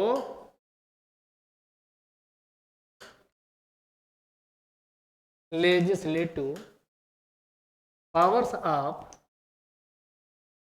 governor, legislative power of governors के नाम से जाना जाता है।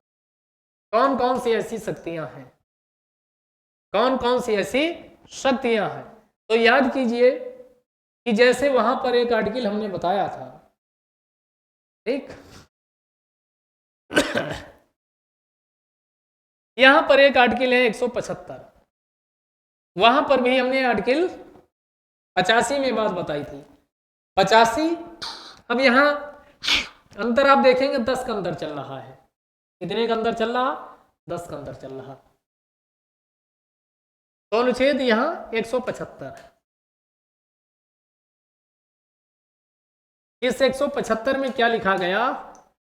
वही बात जो पीछे लिखी गई थी। अगर राष्ट्रपति वाले में हो तो इसमें गवर्नर के पास से शक्ति होती है, इसके पास से शक्ति होती है गवर्नर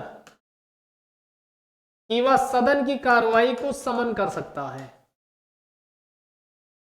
बुला सकता है। सदन की कार्रवाई, सदन का मतलब क्या है? सदन की कार्रवाई को बुला सकता है। और क्या कर सकता है?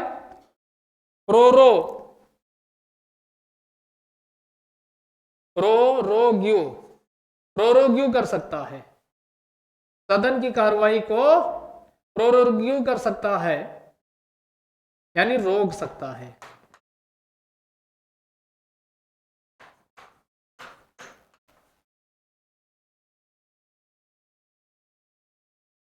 सदन का ध्यान से समझिएगा, स्थगन कर सकता है। रोकने की जगह इसको लिखिए स्थगन। तो सदन की कार्रवाई को बुला सकता है, सदन का स्थगन कर सकता है, स्थगन। और तीसरा है डिजोल्यूशन। तीसरा क्या है? डिजोल्यूशन, डिजॉल्व कर सकता है। तो ये डिजॉल्व और विघटन। और विघटन हमने क्या बताया था? विघटन। और विघटन क्या होगा? विधानसभा का होगा। किसका होगा? विधानसभा का। विधानसभा का विघटन किसका होगा? विधानसभा। तो ये सदन की गवर्नर के पास है कि वो सदन सदन को बुला सकता है, सदन को स्थगित कर सकता है, और सदन का विघटन, विघटन मतलब विधानसभा का क्या कर सकता, विघटन कर सकता है। ये भी पावर किसके, राज्यपाल के पास ये पावर दी गई है। ठीक, 175 में ये लिखा गया है। किसमें लिखा गया, 175। सेम एज पावर बात 85 आर्टिकल सेम एज बात, यानी सेम एज बात यहां अनुच्छेद 85 की भांति, यानी 85 की भांति सेम एज आर्टिकल 85 संसद के संदर्भ में, संसद में दी गई है, उसी की भांति यहां पर भी ये पावर मिली हुई है। इसके अलावा आर्टिकल जो 86 है, यानी ये कौन सा आर्टिकल 75 था, अब एक आर्टिकल यहां पर अनुच्छेद 176 है। 176 में क्या, दो कंडीशन हो गई, यानी प्रत्येक चुनाव, प्रत्येक किसका चुनाव होगा, विधानसभा का, प्रत्येक विधानसभा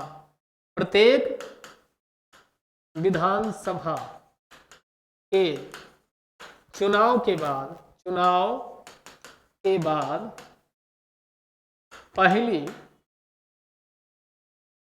चुनाव के बाद गठित, चुनाव के बाद निर्मित या गठित विधानसभा की पहली बैठक, विधानसभा की बैठक, ये पहली बैठक, और साथ में ये तो पहला पॉइंट हो गया, और ये हो गया पहला पॉइंट। दूसरा पॉइंट क्या हो गया, यानी प्रत्येक वर्ष की पहली बैठक, प्रत्येक वर्ष का पहला सत्र, प्रत्येक वर्ष का पहला सत्र, ये भी कौन करेगा, यानी इसको अनुच्छेद 176 के अंतर्गत राज्यपाल के पास ये पावर है, राज्यपाल के पास ये पावर है कि वो ऐसा कर सकता, एड्रेस कर सकता, राज्यपाल संबोधित करेगा। तो सेम एज बात उधर हमने किस आर्टिकल में बताया था, आर्टिकल 86 में। कहाँ बताए थे, किस आर्टिकल में बताए थे, आर्टिकल 86 में बताए थे। सेम एज बात हमने किस में बताया था, आर्टिकल 86 में बताया था। किस में बताया था, आर्टिकल 86 में आपको बताए थे। ठीक, इसके अलावा विधायी शक्ति क्या, एक आर्टिकल यहाँ और ध्यान रखिएगा, जो विधान परिषद होती है, कौन होती, विधान परिषद, ये भी ध्यान रखिएगा, अनुच्छेद 171,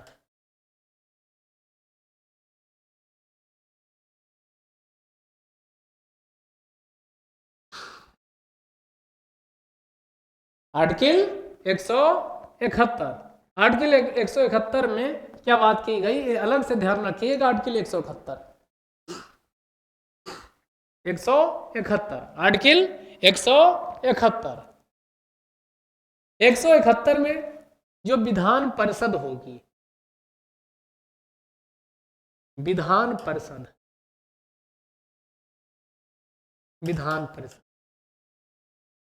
इस विधान परिषद में कहा गया कि साहित्य एरिया क्या क्या बताए गए, इस विधान परिषद में साहित्य, कला, विज्ञान, समाज सेवा एवं सहकारिता,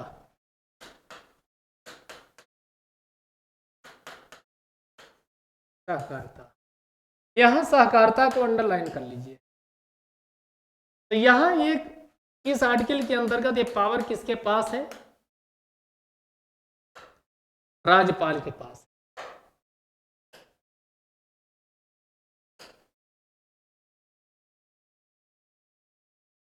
कि 1/6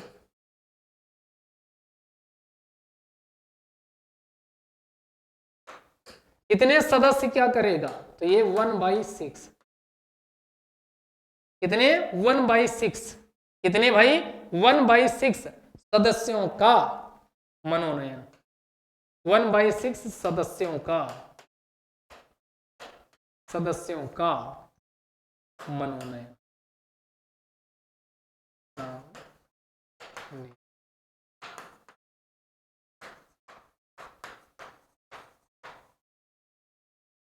मनोनयन कौन करता है? 1/6 सदस्यों का नॉमिनेशन मनोनयन गवर्नर के द्वारा किया जाता। किसके द्वारा किया जाता? गवर्नर के द्वारा किया जाता है, गवर्नर के द्वारा किया जाता है। इसके अलावा और क्या पावर? जैसे वहां पर मान लो विधान सभा है, इसकी अध्यक्षता कौन करता है? अध्यक्षता विधानसभा का अध्यक्ष करता है। अनुपस्थित, ये नहीं है, विधानसभा का अध्यक्ष नहीं है, तो फिर अगला वाला कौन आ जाएगा? उपाध्यक्ष, ये भी अनुपस्थित है। तो ऐसी कंडीशन में, ऐसी स्थिति में ये गवर्नर के पास पावर है। ऐसी स्थिति में नया सदस्य पीठासीन अधिकारी, पीठासीन नया सदस्य गवर्नर चुनता है। गवर्नर, नया सदस्य कौन चुनता है? गवर्नर के पास पावर। सेम एज बात आप उसमें देखेंगे विधान परिषद में। विधान परिषद सभापति, उपसभापति, ये भी अनुपस्थित।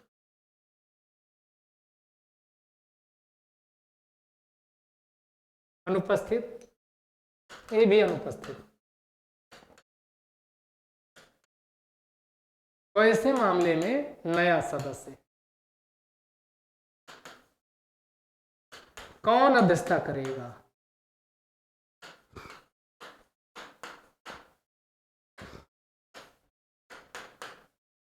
ये कौन तय करेगा? गवर्नर तय करता है।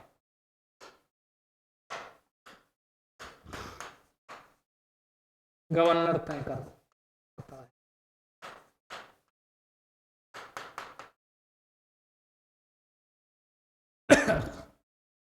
कौन तय करता? ये गवर्नर के द्वारा तय किया जाता है। किसके द्वारा तय किया जाता है? गवर्नर के द्वारा तय किया जाता है। बात समझ में आई यहां तक?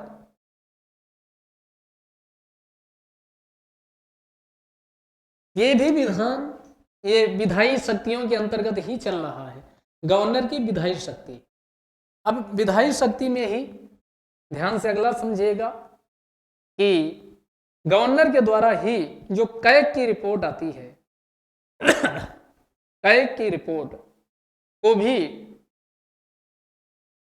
कैग की रिपोर्ट को, कौन सी रिपोर्ट? कैग, कैग की रिपोर्ट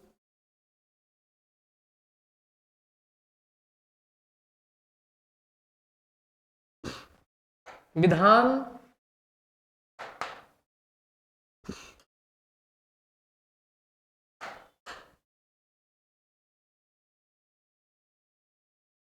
विधानमंडल के पटल पर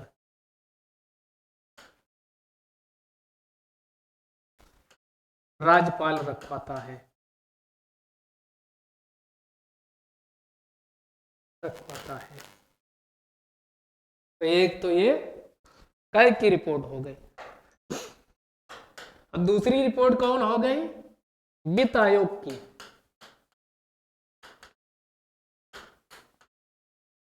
वित्त आयोग की रिपोर्ट, ये भी कौन? राज्यपाल। यहां पर भी राज्यपाल को ऑथराइज किया। राज्यपाल राज्य विधानमंडल के पटल पर रखवाता है, राज्य विधान मंडल के पटल पर रखवाता है, राज्य विधानमंडल के पटल पर रखवाता है।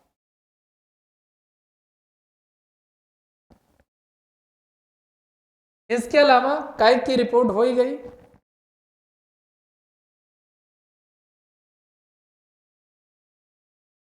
राज्य लोक सेवा आयोग की रिपोर्ट, जो राज्य लोक सेवा आयोग होता है, राज्य, ये हो गया पहला, ये हो गया दूसरा और तीसरा, तीन ये प्रमुख रिपोर्टें हैं जो ये रखवाता। राज्य लोक सेवा आयोग की रिपोर्ट, राज्य लोक सेवा आयोग, लोक सेवा आयोग से संबंधित, राज्य लोक सेवा आयोग से संबंधित रिपोर्ट। इसको भी किसके द्वारा, इसको भी महामहिम भारत के, सॉरी, किसके द्वारा रखवाया जाता है, गवर्नर के द्वारा रखवाया जाता है। किसके द्वारा रखवाया जाता, तो इसको भी गवर्नर के द्वारा रखवाया जाता है, इसको भी गवर्नर के द्वारा रखवाया जाता है।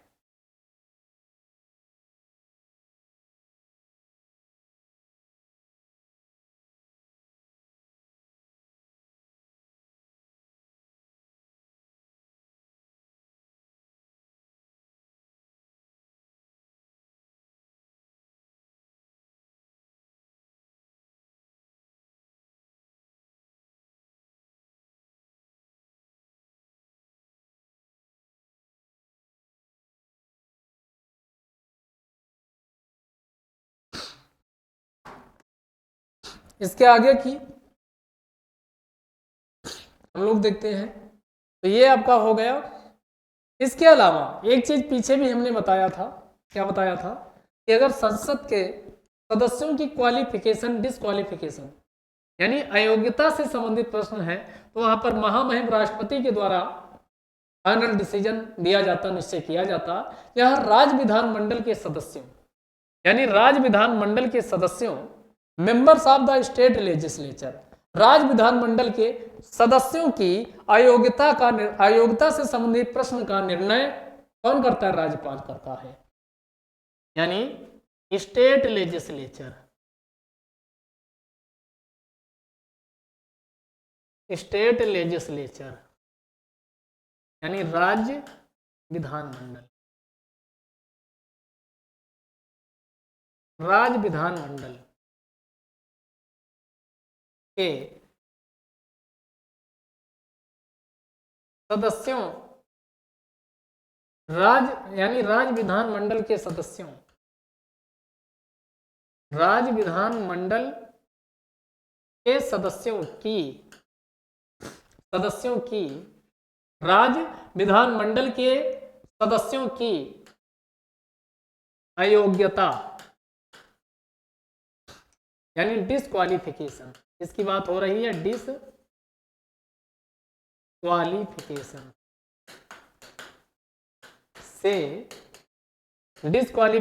से संबंधित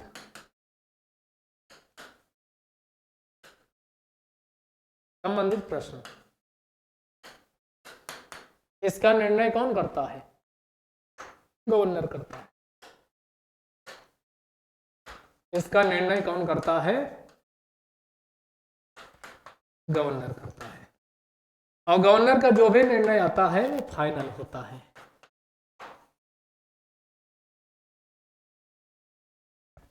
बात समझ में आई? तो ये आपका क्या करता है, ये निर्णय, ये जो गवर्नर करता है, गवर्नर के द्वारा किससे सहायता ली जाती, इलेक्शन कमीशन, यानी राज्य का निर्वाचन आयोग जो है, सॉरी, भारत का निर्वाचन आयोग जो है, उसके द्वारा, यानी निर्वाचन आयोग, जो निर्वाचन आयोग होता है निर्वाचन आयोग की सलाह, आयोग से सलाह।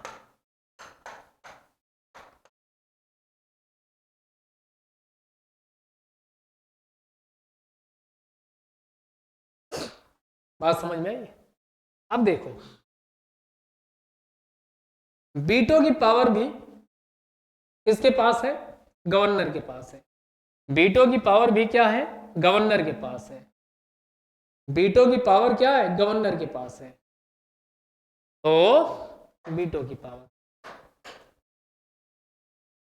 एक अनुच्छेद है आपका, अनुच्छेद 200।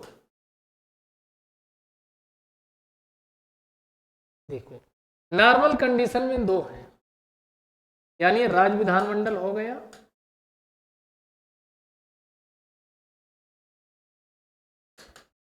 कोई कानून तभी बनेगा राज्य से संबंधित, तो विधानसभा हो गया, विधान परिषद हो गई, और यहां गवर्नर। मान लो कोई बिल पेश किया गया इस विधानसभा में, बिल पेश, यहां से क्या हो गया? पारित। फिर कहां जाएगा? विधान परिषद में, यहां से भी हो गया ये पेश और पारित हो गया। अब किसके पास जाएगा? गवर्नर के पास। अब गवर्नर के पास क्या है? विकल्प, ये इसमें गवर्नर के पास विकल्प क्या है? इसका उल्लेख किसमें किया गया? अनुच्छेद 200 में किया गया, और इसी को किस नाम से जाना जाता? वीटो पावर, वीटो की शक्ति। वीटो की शक्ति कौन कौन सी है? ऑप्शन क्या है? सहमति दे, सहमति दे, सहमति ना दे, सहमति ना दे, पुनर्विचार के लिए वापस कर दे, पुनर्विचार के लिए वापस, पुनर्विचार के लिए वापस। ध्यान रखिए, धन विधेयक को छोड़कर, क्योंकि धन विधेयक पे सहमति देना देना होता, धन विधेयक को छोड़कर। ये ऑप्शन है गवर्नर के पास। अपनी अगर सहमति दे देता है तो क्या बन जाएगा? सहमति देते ही कानून बन जाएगा। अपनी सहमति दे दे, सहमति देते ही विधेयक जो था वो कानून बन जाता है। सहमति ना दे, जब सहमति नहीं देता है तो जो विधेयक था वो लैप्स कर जाता है, व्यवगत हो जाता है। पुनर्विचार के लिए वापस कर दे, पुनर्विचार के लिए वापस जाएगा। अब याद रखें, यहां पर भी पुनर्विचार के पश्चात अगर विधेयक विद अमेंडमेंट, संशोधन के साथ, और विदाउट अमेंडमेंट अथवा बिना संशोधन के साथ राज्य विधानमंडल गवर्नर के पास फिर से भेजती है। अब गवर्नर के पास कोई ऑप्शन नहीं है, उसे हर हालत में अपनी सहमति देना ही होगा। अपनी सहमति क्या होगा? देना होगा। और इसी में एक ऑप्शन और है, आर्टिकल इसी 200 के अंतर्गत एक ऑप्शन और है, यानी अगला चौथा ऑप्शन विकल्प, विधेयक को, ये तो हो गया पहला, ये हो गया दूसरा, ये तीसरा, और ये चौथा। विधेयक को राष्ट्रपति, विधेयक को राष्ट्रपति की राय के लिए, राष्ट्रपति के लिए आरक्षित किया जा सकता है। तो राष्ट्रपति की कंसिडरेशन के लिए, राष्ट्रपति के विचार के लिए, विधेयक को राष्ट्रपति के विचार के लिए आरक्षित किया जा सकता है। रिजर्व्ड, यानी विधेयक पे कुछ ऐसा गवर्नर को नहीं सोचता है या लगता है कि इसमें महामहिम राष्ट्रपति की राय ली जानी चाहिए, तो विधेयक को ध्यान दीजिएगा आरक्षित किया जा सकता है। या आरक्षित करने का प्रावधान किसमें है? आर्टिकल 200 में है। किसमें है? आर्टिकल 200, अनुच्छेद 200 में आरक्षित विधेयक को आरक्षित किया जा सकता, इसका उल्लेख आर्टिकल 200 में किया गया है। किसमें किया गया? आर्टिकल 200 में किया गया। अब ये जो विधेयक आरक्षित किया गया राज्य विधानमंडल से संबंधित, ये विधेयक राष्ट्रपति के लिए जाएगा। अब राष्ट्रपति क्या प्रक्रिया अपनाएगा? यानी गवर्नर के, आगे समझिएगा, गवर्नर के द्वारा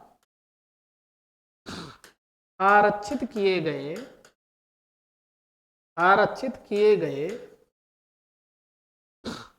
विधेयक, आरक्षित किए गए विधेयक, इस पे राष्ट्रपति के पास ही भेजा गया है, राष्ट्रपति की सहमति के लिए, राष्ट्रपति की राय के लिए, विचार के लिए, इसको राष्ट्रपति की राय,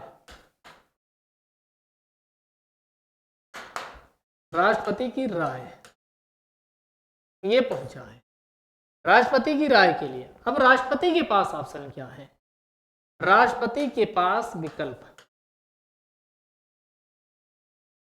और इसका उल्लेख किया गया है अनुच्छेद 201। 201 में क्या कहा गया? राष्ट्रपति के पास ऑप्शन है सहमति दे, दूसरा सहमति न दे, सहमति न दे, सहमति न दे, पुनर्विचार के लिए वापस भेज दिया जाए, पुनर्विचार के लिए वापस। ये 3 ऑप्शन है। ये अगर पूछा जाए कि राष्ट्रपति के पास, अगर ये पूछेगा कि राज्यपाल के द्वारा राष्ट्रपति की राय के लिए जो विधेयक रिजर्व किस अनुच्छेद के अंतर्गत किया जाता, वो आर्टिकल 200 है। लेकिन 201 में राष्ट्रपति के पास क्या विकल्प होते? सहमति दे, सहमति ना दे, पुनर्विचार के लिए वापस कर दे। पुनर्विचार के बाद अगर विधेयक राष्ट्रपति के पास आता है तो राष्ट्रपति अब क्या है? सहमति देने के लिए बाध्यकारी नहीं है, सहमति देने के लिए। जबकि वहां हमने देखा था केंद्र के स्तर पे बाध्यकारी था, सहमति देने के लिए बाध्य नहीं। यानी राष्ट्रपति अब भी दोबारा अगर विधेयक आएगा, आर्टिकल 201 में साफ साफ कहा गया कि अब भी भारत का महामहिम राष्ट्रपति अपनी सहमति देने के लिए क्या है? बाध्य नहीं है, अपनी सहमति देने के लिए बाध्य नहीं है। ये बात किसमें कही गई? ये आर्टिकल 201 में कही गई है। यहां तक क्लियर हो चुका? ये आपका था 200 और 201 के बीच में जो अंतर है वो हमने आपको क्या किया? समझा दिया।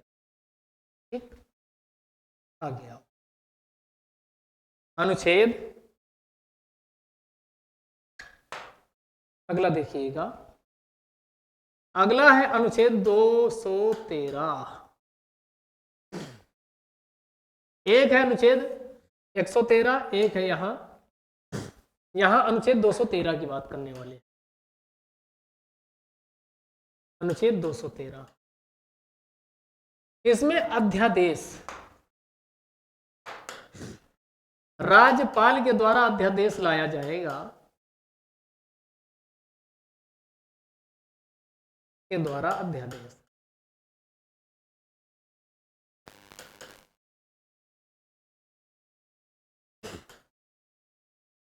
राज्यपाल के द्वारा अध्यादेश जारी किया जा सकता, उसका उल्लेख किसमें किया गया है? तो अनुच्छेद 213 में किया। किसमें किया गया है? अनुच्छेद 213 में किया गया। क्या उल्लेख किया गया है अनुच्छेद 213 में? कि अगर जो ये विधानमंडल है, विधानमंडल, अगर दोनों सदन इसके ना हो, दोनों सदन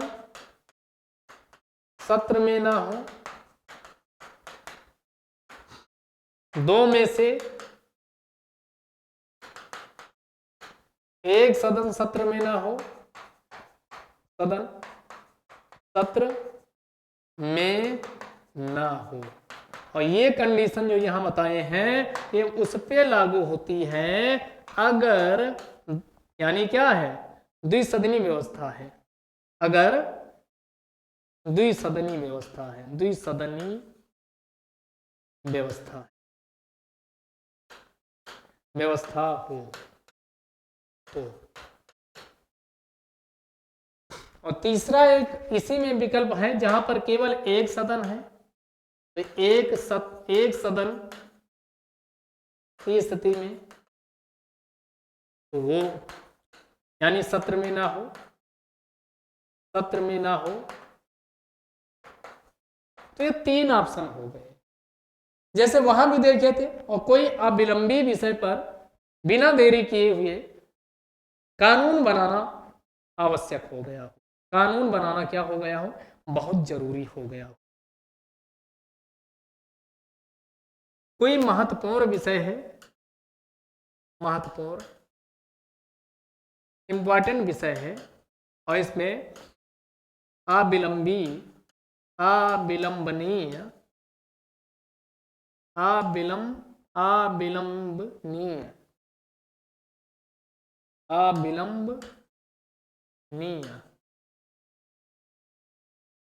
कानून बनाया जाना है, तो ऐसे मामले में गवर्नर, आर्टिकल पता ही चल चुका है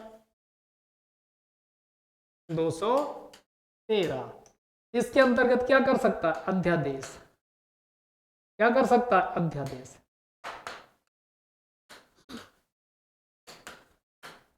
अध्यादेश जारी कर सकता, ऑर्डिनेंस। ठीक, जब भी ये जारी होगा तो ये 6 सप्ताह के लिए होगा, 6 सप्ताह, 42 दिन। मैक्सिमम कितना समय के लिए जारी हो सकता है, जो अध्यादेश है ये मैक्सिमम कितने समय के लिए जारी हो सकता है, इसकी भी बात कर लेते हैं। मैक्सिमम 6 माह 6 सप्ताह, 6 माह और 6 सप्ताह के लिए हो सकता है, 6 माह और 6 सप्ताह के लिए हो सकता, और 6 सप्ताह का मतलब हुआ कितना, 42। 6 सप्ताह का मतलब क्या हुआ, 42 दिन के लिए ये जारी किया जा सकता है। बात समझ गए। तो ये राष्ट्रपति की क्या हो गई, अध्यादेश जारी करने की शक्ति हो गई, उसको भी हमने आपके सामने डिस्कस कर दिया। अगला है राष्ट्रपति की वित्तीय शक्तियां, सॉरी राष्ट्रपति बार बार, राज्यपाल की वित्तीय शक्तियां। अगला हम क्या समझने वाले हैं, राज्यपाल की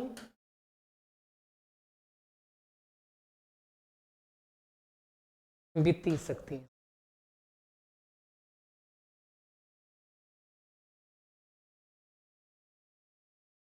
तो पीछे की तरह ही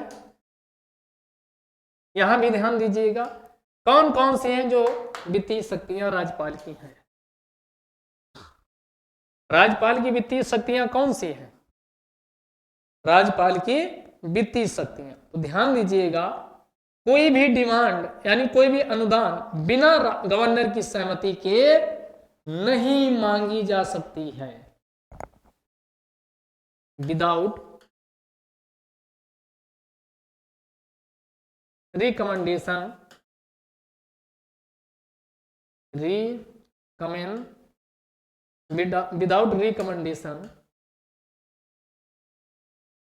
without recommendation of governor.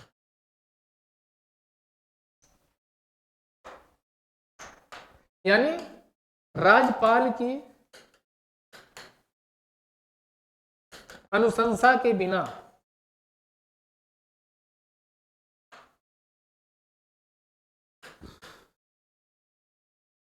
No demand for grant, no demand for grants, no demand for grant, no demand for grant, अनुदान की मांग नहीं की जा सकती जब तक आपका क्या होगा, राज्यपाल सहमत नहीं होगा, अनुदान की मांग नहीं की जा सकती। जैसे बहुत सारे मांग नहीं, बहुत सारे मंत्रालय विभाग होते हैं, इन मंत्रालयों विभागों के द्वारा किसी भी प्रकार, इन मंत्रालयों विभागों के द्वारा किसी भी प्रकार के अनुदान की मांग नहीं की जा सकती है, किसी भी प्रकार के अनुदान की मांग नहीं की जा सकती है। इस बात को भी आप दिमाग में ध्यान रखिएगा। और आर्टिकल पूछा जाए किस आर्टिकल में, क्या इसका किसी आर्टिकल में उल्लेख किया गया, तो जी हाँ, इसका 203 आर्टिकल 203 में इसका उल्लेख किसमें किया गया है, तो इसके लिए आपका एक आर्टिकल है आर्टिकल 203, आर्टिकल 203, आर्टिकल 203। इधर आएंगे तो आर्टिकल आपको 200, ये नो डिमांड 213, 10 का अंतर है, तो इधर 203 और उधर केंद्र के स्तर पे आर्टिकल 213 बिना गवर्नर के सहमति के 13 कुछ नहीं होगा, तो यहां 3 उधर 13, तो ये 203 में बात लिखी गई है।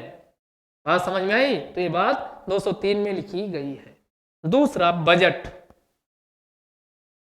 आर्टिकल आगे समझिए बजट। तो हमने आपको क्या बताया था, अनुच्छेद जैसे 112 में किसका उल्लेख किया गया है, फाइनेंशियल एनुअल फाइनेंशियल स्टेटमेंट का, इसी को हिंदी में वार्षिक वित्तीय विवरण, वार्षिक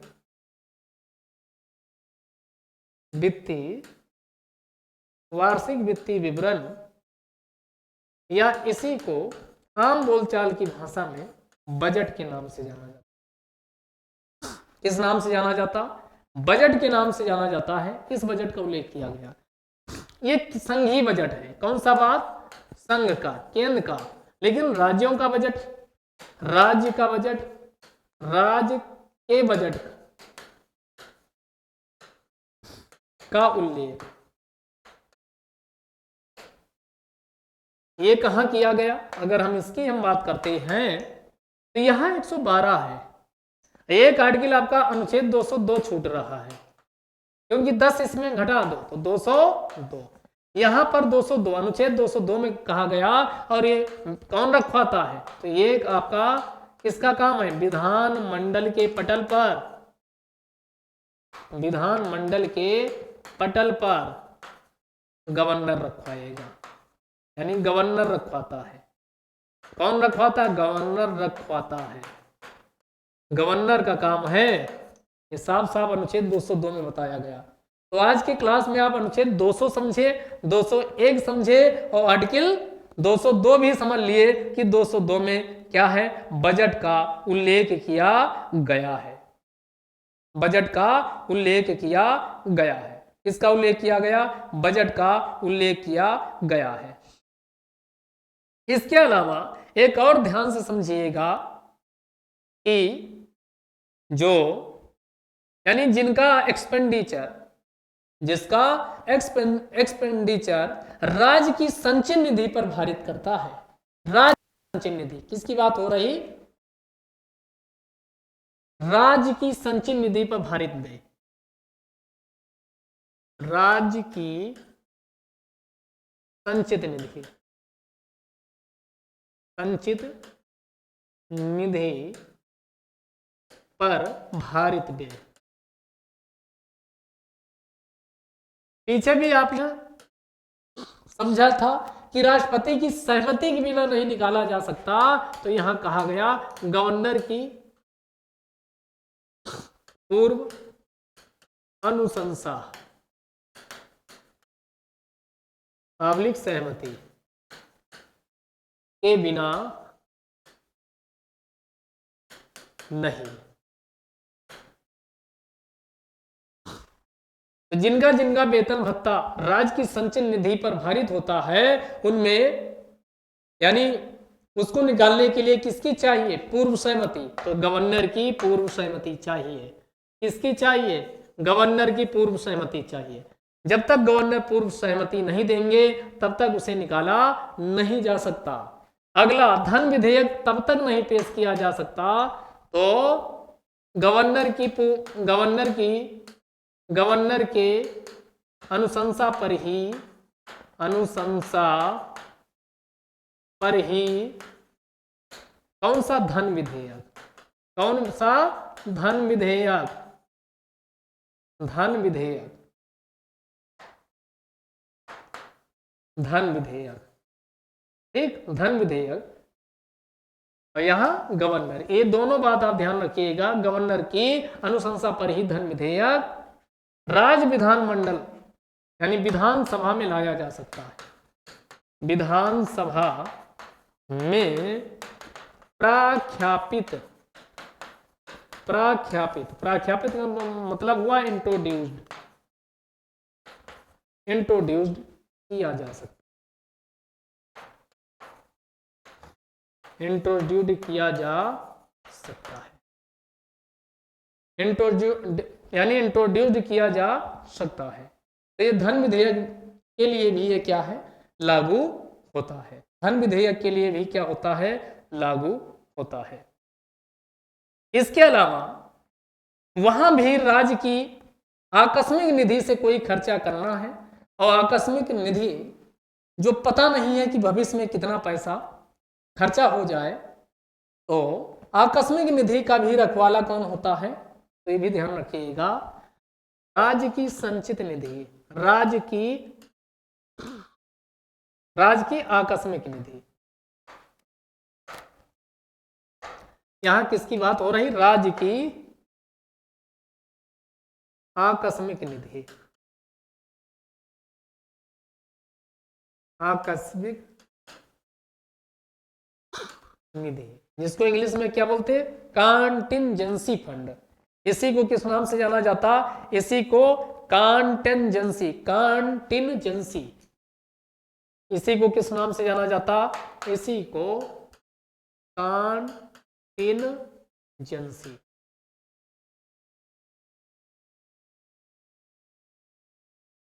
इसी को किस नाम से जाना जाता है, इसी को कॉन्टिंजेंसी फंड के नाम से। राज्य की आकस्मिक निधि जो अनफॉरसीन एक्सपेंसेज होते हैं, इसके लिए बनाया जाता है। आगे कितना खर्चा हो जाएगा, क्या हो जाएगा, तो ये राष्ट्रपति की, गवर्नर की, यानी राज्य की आकस्मिक निधि से गवर्नर की सहमति से ही, सहमति या रिकमेंडेशन, रिकमेंडेशन से ही यानी खर्च किया जा सकता है, खर्च या व्यय किया जा सकता है, व्यय किया जा सकता है। तो ये था कि कौन सी शक्तियां, ये सभी हम कौन सी शक्तियां देख रहे थे, वित्तीय शक्तियां गवर्नर की देख रहे थे। क्या देख रहे थे, वित्तीय शक्तियां गवर्नर की। और वित्तीय शक्तियों में सबसे लास्ट ये है कि पंचायतों और नगर पालिकाओं की वित्तीय स्थिति के लिए, ध्यान से समझिएगा, यानी पंचायतों एवं नगर पालिकाओं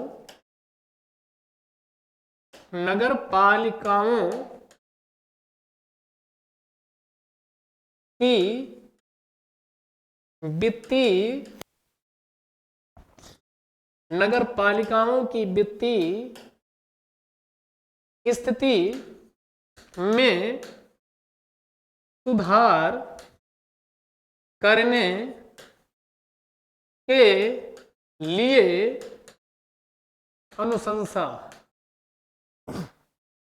के लिए, यानी एक क्या होगा, एक राज्य वित्त आयोग का गठन होगा, राज्य वित्त आयोग का, राज्य वित्त आयोग।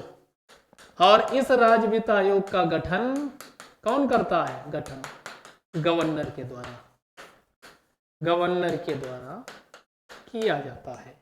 किसके द्वारा किया जाता, तो ये किया जाता है गवर्नर के द्वारा, गवर्नर के द्वारा। बात समझ में आई? तो ये पंचायत नगर पालिकाओं की स्थिति अच्छी हो, वो भी कुछ पैसा नहीं कर सके, तो इसके लिए भी राज्य वित्त आयोग का गठन किया जाता है, जिनमें पंचायतों से संबंधित जो वित्त आयोग है ये 243 आई माने इनकम 243 आई में है। और इससे संबंधित जो वित्त आयोग का यानी ये राज्य वित्त आयोग होगा, इसके लिए आर्टिकल 243 वाई है, 243 वाई 243 वाई है।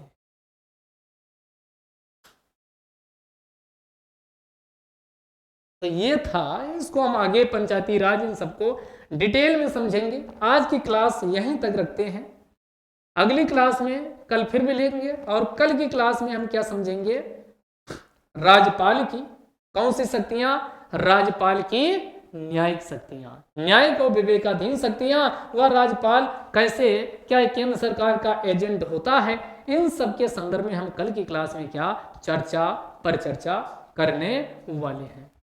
तो आज की क्लास यहीं तक सीमित है, कल फिर मिलेंगे, तब तक के लिए जय हिंद जय भारत।